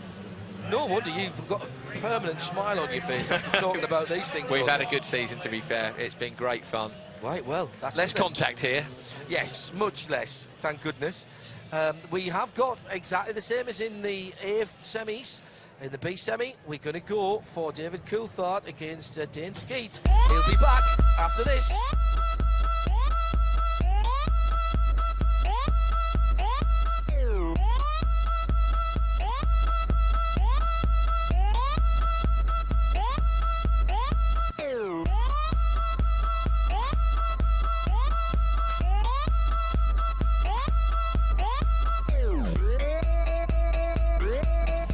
Interesting about that is those little polos quicker by 3 seconds over the distance of the race than the Audi, which albeit doesn't have as much power but does have a higher top speed. But these cars are built to get to about 120, 130 very, very quickly indeed. They're allowed to accelerate a Formula 1 car to 60 miles an hour. We're talking in the region of 2 seconds. They're just weapons grade fast and, you know, fantastic fun. Okay, that thing is really quick. Yeah, you have to back up. Really, really good. I almost carry too much speed under the bridge. Remember in this beauty. That thing is really quick. When an ex-F1 driver says that, that's all you need to know. And he's driven contemporary F1 machinery this year in his job for the BBC. Let's head to the drivers' hospitality area. Not a great day for Team Australia, but at least Jamie Whincup did get one win for them.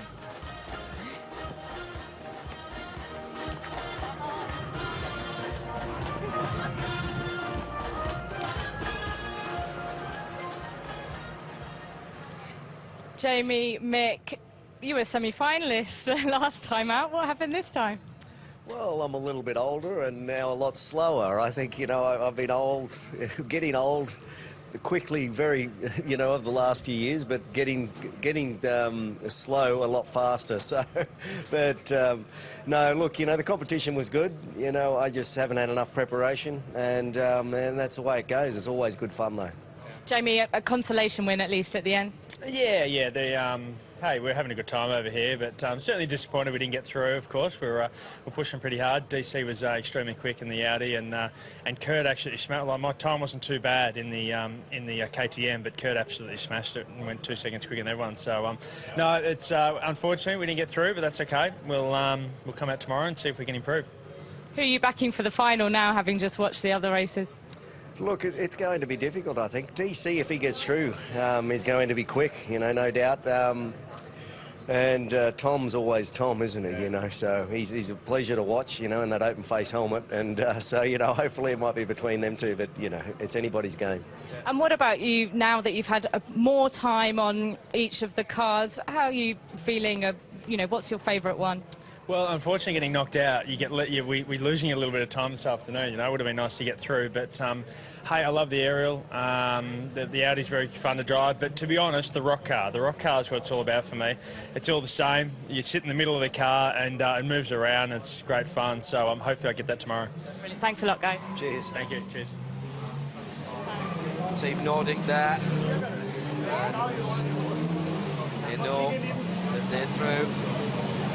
Tom Christensen will be first up for them in the final, but who will he be facing? Will it be Coulthard, Watson, Skeet or Wolf? Interesting what Whincup was saying about sitting in the middle of the car. He's never driven left-hand drive cars, always driven right-hand drive cars in Australian Championships. He just said he didn't feel comfortable. He mentioned it yesterday. So interesting, isn't it, that at that level of competition, he's just not had to face left-hand drives.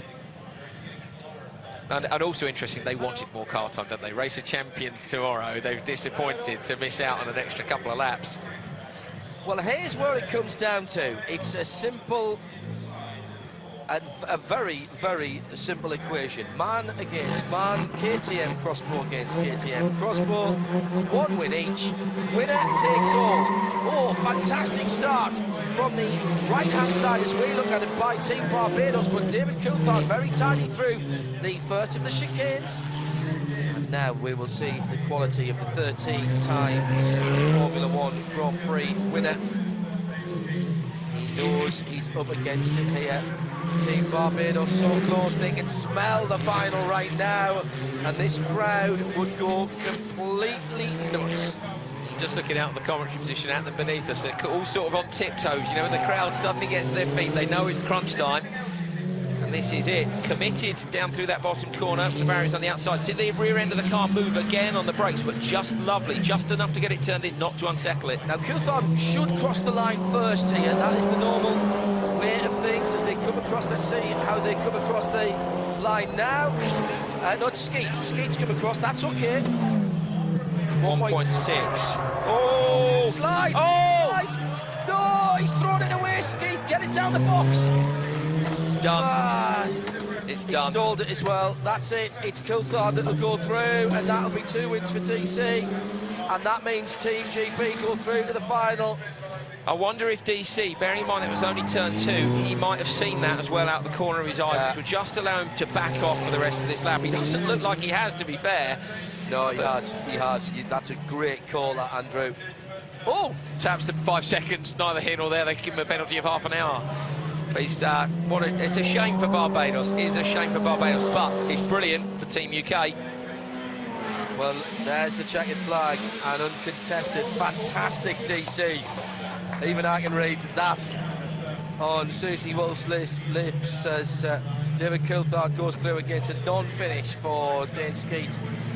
And that is a bit unfortunate for Team Barbados, because they deserved at least to have a crack at that. However, that is by far and away the best performance ever by an invitation nation in the Rock Nations Cup. We've never seen anyone get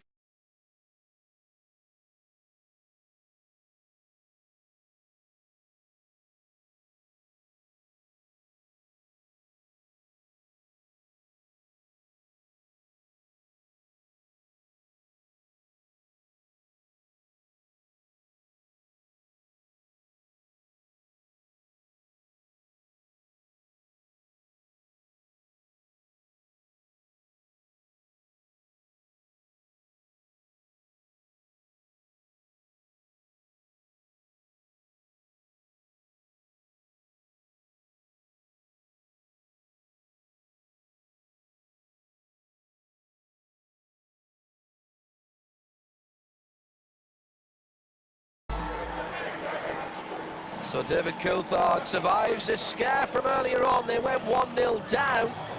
Coulthard pulls it back to ones each and then takes it on the tiebreak. 2-1 to Team GB in the second part of the draw. Tom Christensen and Petter Solberg. Christensen 2 wins, Solberg beaten by Grosjean. So both of the semis going to the deciding heats. Now Terry Grant out on the circuit. Terry, a staple of racing champions for many years, out in his Rock Legend car. Haven't had a chance to sit down and chat to Terry very much this weekend, but the precision driving techniques that Terry has been displaying down the years are absolutely outstanding. Does things with a car, all but make it sit up beg and take biscuits out of your hand. And if he ever offers you to get involved in his show, Andrew, the answer is a polite but firm no. You know what it's like when you're holding a microphone and you're going, I just need to borrow you for 2 minutes. No, yeah, I'm off. Here we go. This is one of his party pieces. I thought he was going to leave the car. That's what he does sometimes. Climbs out and leaves the car there.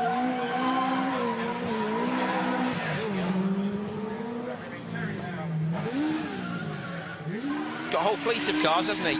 He's huge. TVR, Mitsubishi Lancer, I've seen him in recently. And there's the TVR, in fact, just in the background. He's a holder of multiple world records for precision driving. I saw him parallel park in one of the live shows that I did last year, and they pulled that down to a ridiculously tight gap. And that is the unmistakable sound of a Blackbird fired up. 19 world records it stands out, and I know we mentioned it earlier, but Oh, over the grass. Where's he headed? He's up for number 20. He's got a Nissan Juke here, which I think we saw earlier on today. The drifting display. And he wants to get out. I can't remember how many people it is, but it's ludicrous. It's like 16 people in it, and then drive it on 2 wheels for another world record attempt. Donuts on top of the bridge, and a great shot that from the drone. Oh, that is...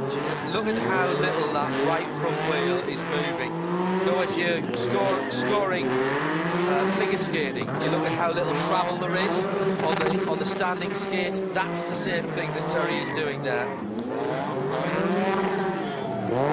Don't attempt this at home, please. Terry's been doing this for a very long time, and he's very, very practiced at it. You don't get the skills to do this overnight. It's not the work of 5 minutes, no, definitely not.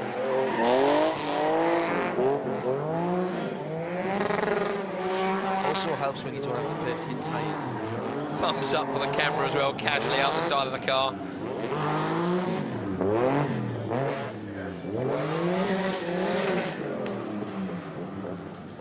Little touch of the brake to make it turn in a little bit more.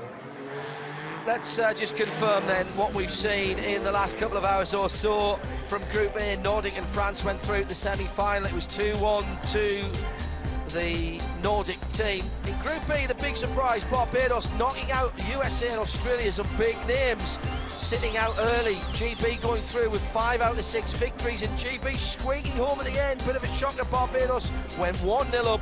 So it will be Nordic versus GB in the final of the Rock Race of Champions Nations Cup. But the big surprise, undoubtedly, Barbados. They can hold their head up high this weekend. Right, you made it to the semi-finals, you beat Susie Wolf, but a mistake by Dane means you are now out. You don't make it through to the final. I mean, it's disappointing, yes, but just to make it for a chance in the finals, that's more than we could have asked for. You know, it's just the opportunity for that to happen. We're happy. I'm happy. I'm sure Dane's happy. Yes, he had a mistake, but you know what? We both had mistakes, and the experience is phenomenal. That's we're winners anyway. The great thing is that you have now got to compete against him for a chance to be in Race of Champions tomorrow when you do Rock Caribbean this afternoon. Yeah, and that's going to be another interesting go at it. You know, we've got to get away from each other now and go at it. I think he's going to give me a good run. Dane's a phenomenal track driver. He's karted all his life, so he'll be on it for sure. He won't disappoint. But congratulations! I mean, you've massively represented for Barbados today. Yes, thank you very much. We did. Thank you. Definitely done their nation proud, and whichever one of those two goes through to Race of Champions tomorrow, I think you've got to add them to the list of maybes. Well, and that might be a good outside bet if you're taking part in our vote, www.raceofchampions.com. If you get it right, you remember the chance of a tag Hoya watch exactly the same as the winner will get. Let's look back at some of the highlights from the second half of the draw and how the teams got through to the Rock Nations Cup 2014.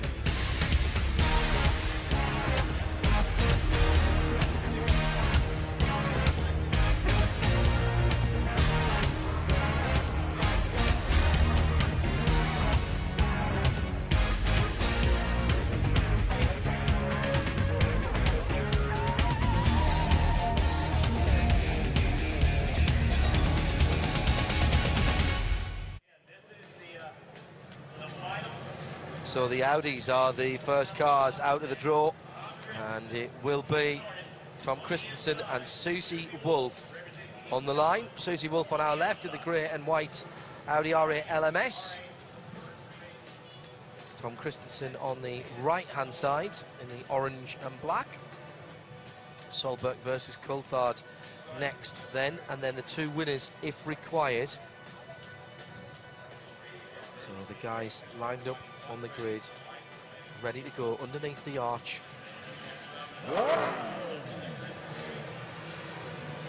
It's Race of Champions 2014 Rock Nations Cup. Christensen to the grid, Starling at the car. He's an Audi man through and through, and he gets the start. Really picked up nicely there. Susie slightly got the jump on the lights, but Christensen caught the car beautifully, rocking it off the line. Only two-wheel drive, remember, on these. That was an odd one, wasn't it, away from the line? The one car looked like it bogged, and the other good was ahead, and just again, with a launch procedure, you'd almost expect the both of them to go off the line exactly the same, but they didn't. Tom Christensen looking very, very confident there. Perhaps a slightly more conservative exit from the bridge complex for Susie Wolff. We'll see as they come round at the end of the first kilometre. Remember, the track turns out exactly the same. You drive the same piece of tarmac as your competitor. You just do it in a slightly different order depending on where you start. Effectively, the two cars start half a lap ahead. Think of it as cycle pursuit. Through goes Christensen. Susie Wolff a long way back. This is a huge lead. A huge lead for the Great Dane. Tom Christensen then. He's just got to hold on to this, and they will take the first rubber. Very comfortable in this car, isn't he? Yes. Which is, you know, he's never raced the R8 LMS. He's not done the GT side of Audi's programme. It's not like some of the other guys who jump into the Nürburgring 24 hours and do those type of races. But look how much Susie has pulled back on the stagger here. She's kept the Danish driver. Oh, big moment, slide. Massive moment in the background. Did well to hold on to that. Very well indeed. But Christensen has a big lead. It's going to be first blood to Team Nordic over the line. Checkered flag for him. Great drive. Exactly what they needed, I think. Christensen with the win. So if there's the tie break, it will be Christensen that comes back. That's the other thing to say. Remember, it's the winning driver that comes back in the tie-break. So Tom gets to go and sit down, take a breath, and just think about what is out there now. I've just seen rallycross cars. In the background, or maybe just from the commentary position, the Polo rallycross cars are coming up to the line. So we're going to have... Oh, Tom's happy with that. Look at that big slide. Solberg in a rallycross car, the world rallycross champion, the first ever world rallycross champion, against Coulthard, who's just done a mega job in the rallycross car in his very last race. Petter yesterday was saying that this Polo, though, very different from the rallycross car that he's used to driving. Massively. His car is set up super soft. He said the brake pedal feels different. He said the Polo's got a slightly stronger engine, low down, a little bit more torque. But he did say, obviously, the car's been set up differently here. The Polo would have been a bit softer, maybe, if there was some gravel like in the rallycross. So they've set it up for tarmac. It's on different tyres than they use in the World Rallycross Championship. But Petter, in practice, was on top of that car immediately. So, Coulthard or Petter, what do you think? I've got to go with Petter. I think I am as well. I'm leaning towards it. There's Tom. He's done his job. Slap on the back. There are the two Polos. What must Coulthard think now, sitting in the car against the world champion? Yeah, cheers for the draw. On the left-hand side, with the yellow wing mirrors and flashes on the bumper, the white mirrors and the red flashes on the bumper, is Coulthard. Green lights on. Waiting for the start procedure. Great start from Coulthard on the inside. He's got half a car's length, and Coulthard really quick through that first chicane. He's got this car under him now. He's got the confidence. I'll tell you what, if Coulthard wins this one, you'd have to say to him, you've got to come and have a crack at Rallycross next year, because if you can match the world champion. He said before, no, I'm not sure. He's friends with Andy Scott, who ran Jacques Villeneuve this year in the championship, so we've had an F1 driver. Another one would be welcome. Down into the hairpin, Coulthard decides no handbrake. Do you know what? You've said something there. Coulthard is driving this Polo not like a rally car. This is Sebastian Loeb-like in his lack of sliding around. And look in the background at Petter there, the complete and utter opposite, sideways and, you know, appears literally broadside. You just see the front of the car. This is a big lead for Coulthard. This is an absolutely brilliant drive. I think that's enough. So do I. I think Coulthard is going to square this up here, and Solberg is again going to have to rely on Tom Christensen as he did in the quarters. There is Solberg doing what a rally man, a rallycross man, you expect. Sideways, sideways, sideways. It's not quick. He's got away with it all year, but his car's set up for it. The Citroen he's been using all year is super soft, so he's got incredible traction. He can somehow get away with the sideways driving style that others can't. Round the outside, here he goes. So it's going to be a drag then down. He's got to go through the chicane. Coulthard's got this, I think, unless Solberg can carry mega speed through this final corner. It's going to go down to a decider. David Coulthard, rallycross star car of the future, you've got to say so. Coulthard squares it up. It's 1H. 1:33.0. That is incredible. That's so fast. I think that's the fastest full race distance we've seen by anything all week. It was Coulthard did a 1:34.9, so he's just gone 1:30. He's gone 1.9 seconds faster than he went last time out in the car. So absolutely brilliant job by him. Solberg could be livid. Susie's all smiles.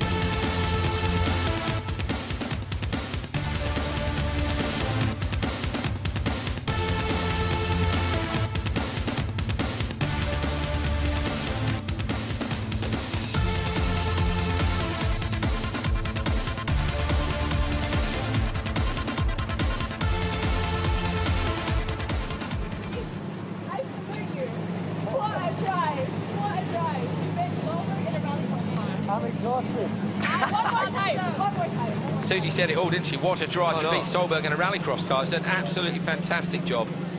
That is right. We've got to get Coulthard in a rallycross car. Got to get it done now.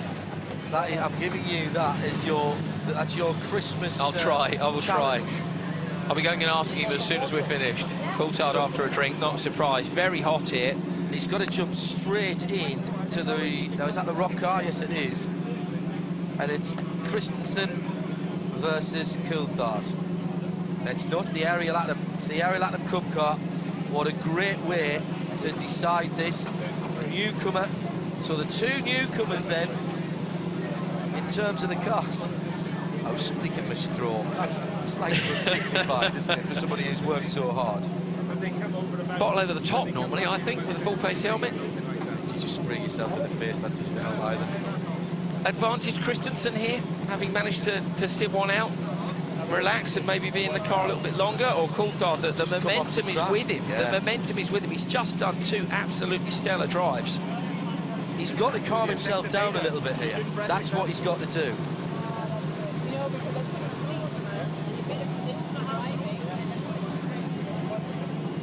The chap on the right there is the guy who runs all of the Audi R8s in the Asian Audi R8 Cup.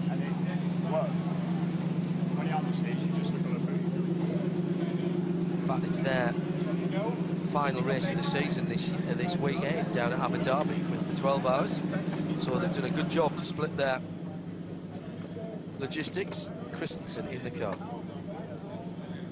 So the Atom Cup car, a newcomer with the Honda Type R engine, with the suspension that doesn't have roll bars. This car you could be racing in the UK for not a lot of money next year in the UK Atom Cup. They've got their own website, go and have a look at that. And this will decide which nation wins Rock Nations Cup 2014. UK have never won it. Scandinavia have won it once before. Yeah. Finland have won it as well a couple of times. Was it Ekstrom and Christensen, was it? No. Memory test. Memory test. What I will say, of course, is it will break the previously unbroken sequence of German victories. The German team being rested this year as a tribute to Michael.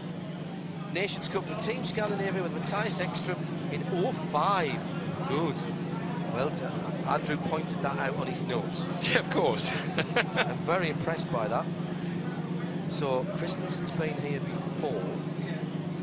Ekstrom, of course, has been a serial winner, hasn't he, in the past? Another brilliant all-rounder. It's great to see these guys. The champions effect. Yeah, being such all-rounders. Christensen, I really hope he will go and do some different disciplines, try some different stuff. He's clearly still got it, hasn't he? It seems, doesn't it, that works drivers, particularly these days, are not so allowed as they used to be to go and do things in other championships or drive other brands. So when they retire, it's lovely when they go and try something else. Really is. Much more relaxed and, you know, they're more approachable. They're not feeling the pressure, are they, of a job. It becomes a little bit more of a jolly. This is a real grudge match, you know, because the last time we had a Race of Champions, 2 years ago in 2012, Christensen knocked out Coulthard in the semi-finals. Now, Christensen was then beating himself in the final, but yeah, these guys have got history in this competition. They really have. Interesting about cross-discipline stuff. I was talking to a couple of drivers at the end of the WEC season, including Tom, and they're basically saying it's difficult now because of the commitment, but also they feel, some of the older drivers saying, they feel that some drivers, younger drivers, are just a bit scared to go and do something and be beaten. Yeah. By beaten potentially by people who haven't got as high a profile as they. It's difficult, isn't it? It's because it's about image, and then people go, oh, well, he beat you here. You know, I think you've just got to take it on the chin and go, well, it's not what I do. I'm doing it for fun. I'm doing it for something else. We have had a World Endurance FIA driver for Toyota this year winning well, I was going to say coefficient one there, a European Rally Championship round and won the Tour de Corse this year. Absolutely amazing. You see, that to me, that's the ultimate in terms of two different disciplines. You know, a rally compared to endurance racing, you could... I know you say the two are similar in that you have to get the car to the end. I know we talked about this yesterday, and they are from that point of view. Mindset, but it's skill set. The skill, exactly, and the Tour de Corse as well. It's a classic. Yeah. Yeah. Not so very long ago, that would have been a WRC. Rally of 1,000 corners. Yes.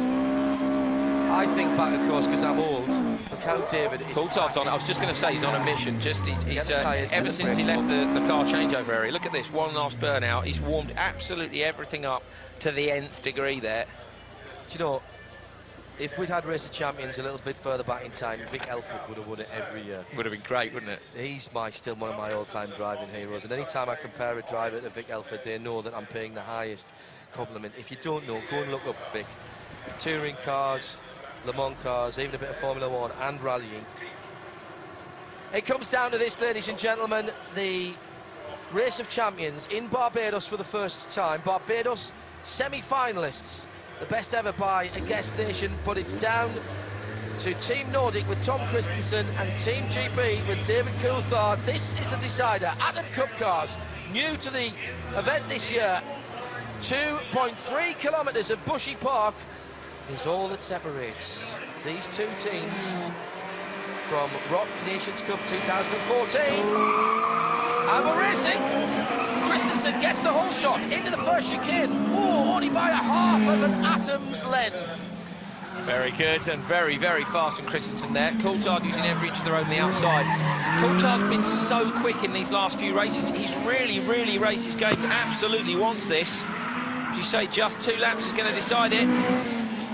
Up and over the top for Christensen. Coulthard underneath. I think Christensen's got a slight lead at the moment, but very slight indeed. This is the shot that we've all enjoyed so much today. A little bit wide on the left-hander there. Again, doesn't use the curbs on the inside. How far back is Coulthard going to be? Through the little chicane, doesn't clip it. That's absolutely crucial. And here is the look on his face that tell you how much he wants this. Just drifting the car to the outside. That is a perfect all the way. four-wheel drive. Snatches the next gear. Absolutely wills that car into gear. Look at the time, 52.7 for 1.1 kilometres, and he's 2.7 seconds up. That is going to be tight. He's got to be smooth in the second half. He was a little bit quick into turn 1. You heard him. He had to wait to pick the throttle up, as though he'd gone in a bit too quick and carried too much speed through. I don't think it's going to be enough to make the difference, but not far to go. David Coulthard will be buoyed, though. He could still see the back of the Dane's car. A little bit of a lock-up on the downchange, wasn't there? H-pattern gearbox on these cars, and Coulthard is there. He's going well. Coulthard's made it up. It's going to be neck and neck, side by side as they come through the chicane. Coulthard the chicane. Now, what are the judges going to think of that? He's gone wide. Coulthard's on the gravel, and Tom Christensen and Team Nordic, Peter Solberg, will win it. Tom Christensen, another great result for Mr. Le Mans. So many times he's been second, he's been runners-up. Team GB fail at the final hurdle again.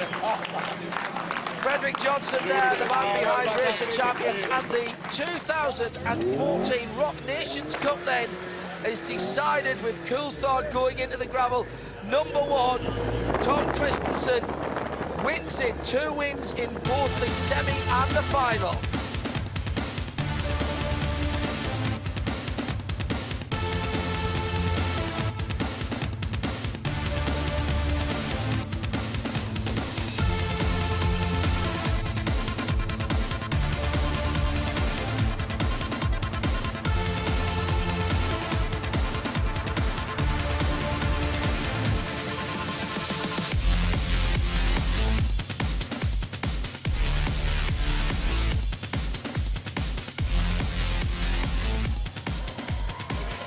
Well, Tom Christensen and Team Nordic take, I must correct myself and thank you to Jens Jensen, who reminds me that Tom Christensen did once race the RA LMS at Spa in 2012 or thereabouts. Thank you, Jens.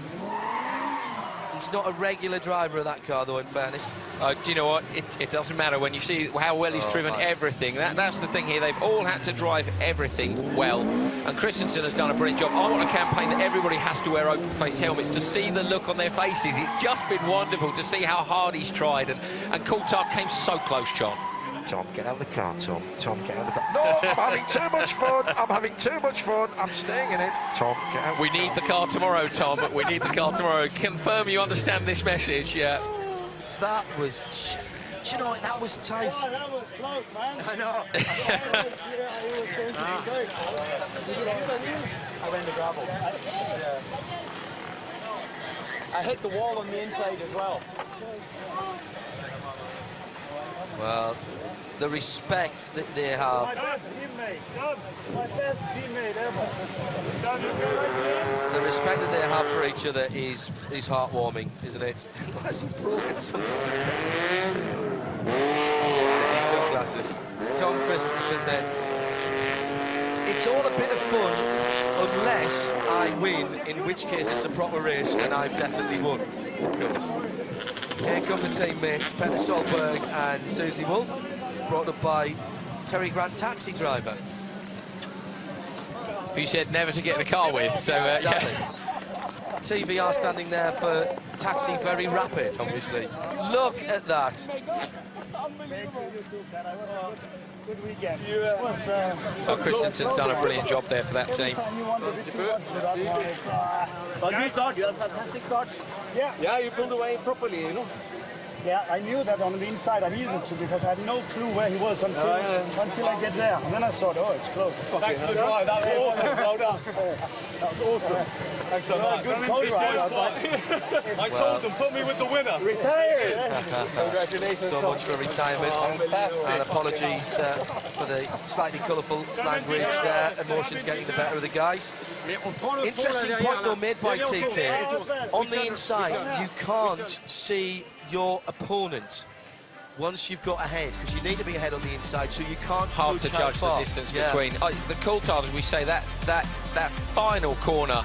We see the celebrations here from Christensen. If he hadn't lost it on the brakes, he came through the chicane super quick. You wonder if they'd have stung him with a little penalty for the chicane anyway, the final chicane. But through that last corner, we've seen the outside lane as well has been so fast. It was that close, and Coulthard just missed out. But teeing up a fantastic race of champions tomorrow. These guys are going to be absolutely at each other. Well, you've watched it today. You've got the chance to make your predictions on www.raceofchampions.com. Get it right. You're in with the chance of a Tag Heuer watch, the same as we'll be giving away this time tomorrow here in Barbados to the champion of champions. But this afternoon deserves, I think, some applause for Team GB. Obviously our winners, Team Nordic, but you've got to say the real stars, the home team, Team Barbados, beat the semi-finalists, more than holding their own against exalted driving company. Look forward to seeing them tomorrow as well. There could be some turn-ups to the book there, Andrew, I tell you. Well, the presentation's coming up at the moment. Well, I've got to say my highlights already. The Atom Cup cars, I think, have been a brilliant addition. Stadium Super Trucks. Stadium Super Trucks all the way. Absolutely. I mean, they're all brilliant cars, aren't they? Lapping any of them is fantastic. But the Stadium Super Trucks, the spectacle of them. I just wanted to giggle all the way through as we... I want to have a go in one, that's the problem. I don't think it's allowed. So can I just get you and Petter next to each other? Neil Coles has made his way down to the start-finish arch, and let's get a little bit of the atmosphere of the celebrations. Sort of head. I know he has to go further around. Yeah, but then after, I see that between him all is the same. It's going to be Put the mic. Put the mic.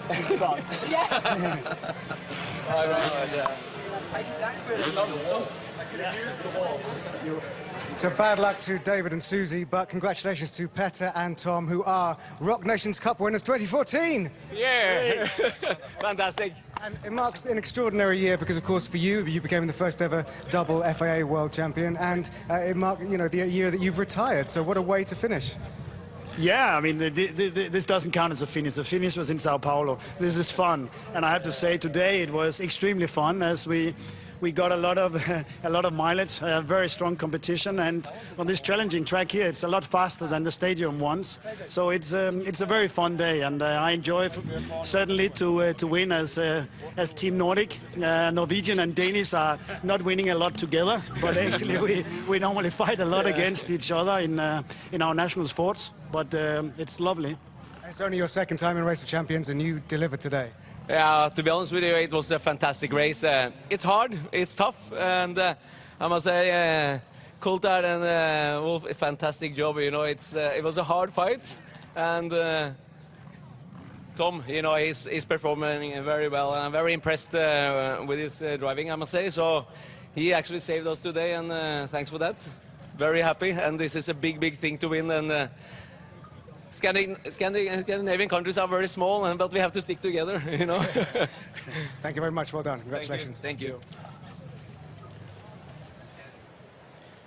Well, Solberg there, giving the nod to Christensen and saying he saved us today, and that was good of him, to be fair. I think it's a fair point. Christensen definitely the stronger of the two in the Nations Cup. The beaten finalist, Team GB.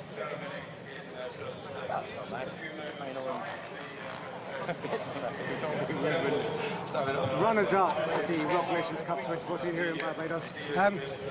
First of all, point of note is that you beat Petter Solberg in a World Rallycross car, which is pretty impressive, seeing as he's just been world champion in that. He had a gear problem, so I'm not going to get so excited, but nonetheless, I felt quite good in this car. It made me feel talented, which has been some time since I felt that. But, you know, it's been great to be part of the Nations Cup with Susie and make it this far. I'm sorry I dropped it at the last corner, but honestly, I was thinking about Tom's face as I went into the last corner. Like this. I started to laugh so hard I forgot to brake for the corner, so congratulations to those guys. They did a great job. And quickly to you, Susie, your first time at Race Champions, runner-up is not bad.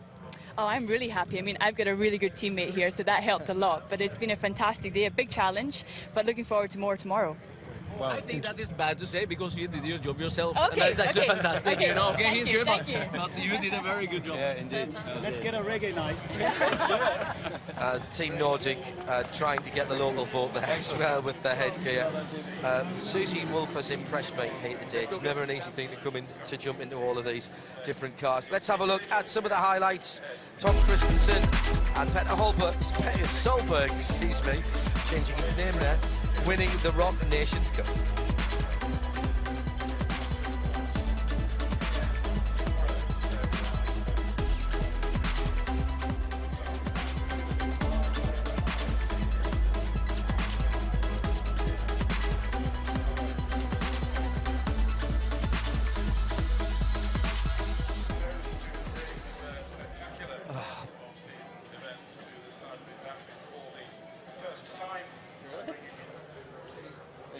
Ryan, Kurt, I mean, disappointed. You were saying, Kurt, yesterday in the press conference that you were, really excited to fly the nation flag. Disappointing in the end not to be able to come out of the group, but still 3 wins. It was great, the whole experience, to drive all the cars and to try to attack the track at a minute and a half at a time. It's a different mentality than a 500-mile race, but we have nothing to hang our heads low about. I think we executed well, not any major mistakes. But one race that I lost by 0.07 of a second. I knew that one was going to come back and haunt us. I didn't do my job to collect the wins. I ran consistent, but didn't collect the wins. I guess that's what's important, isn't it? Ryan, what was your favourite thing riding out there? I think in the end, just finally getting the hang of the aerial atom was fun. But I just started off too hard, had a win in the bag and went for it the last corner and kind of went just a bit too far. So every win you get at ROC really counts towards it. So we could think of 15 different things that would have moved us on. It went down to a tiebreaker, and I don't know what the math was. We don't have our calculators with us. But Fastest lap. Fast lap combined over 4 laps, and it's more. I feel like we missed some opportunities there, but we have. It'll be fun. The Race of Champions tomorrow individually will be a great show. Thanks a lot, guys. Thanks. Well, it came down to lap times and fractions of a second there that kept those guys out of progressing forwards. Barbados went through. USA and America didn't make the final, but it was a very, very good run through the Nations Cup. I think everybody did a great job. So let's go back and have a look at the highlights of the finals.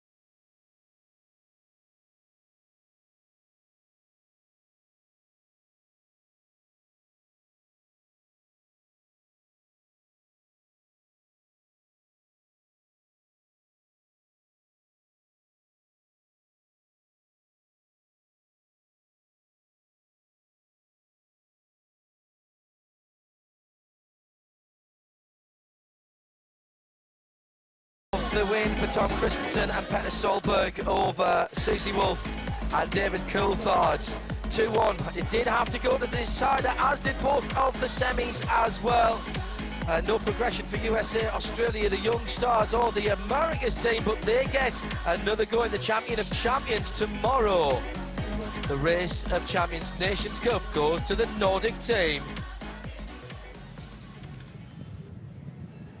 Frederick, you brought Race of Champions Rock Nations Cup to Barbados, and it's been a huge success. Tell us the thinking behind it and how much you've enjoyed it. It's been fantastic. I mean, when seeing thrilling finals and semi-finals like we've just done, it's just what makes Race of Champions great. Identical cars, some of the world's best drivers, but most importantly, they all have a smile on their faces. They're all happy, and small margins decides it. It could have been France, who got knocked out very closely in the semi-final, and tomorrow there's another winner. It's been amazing.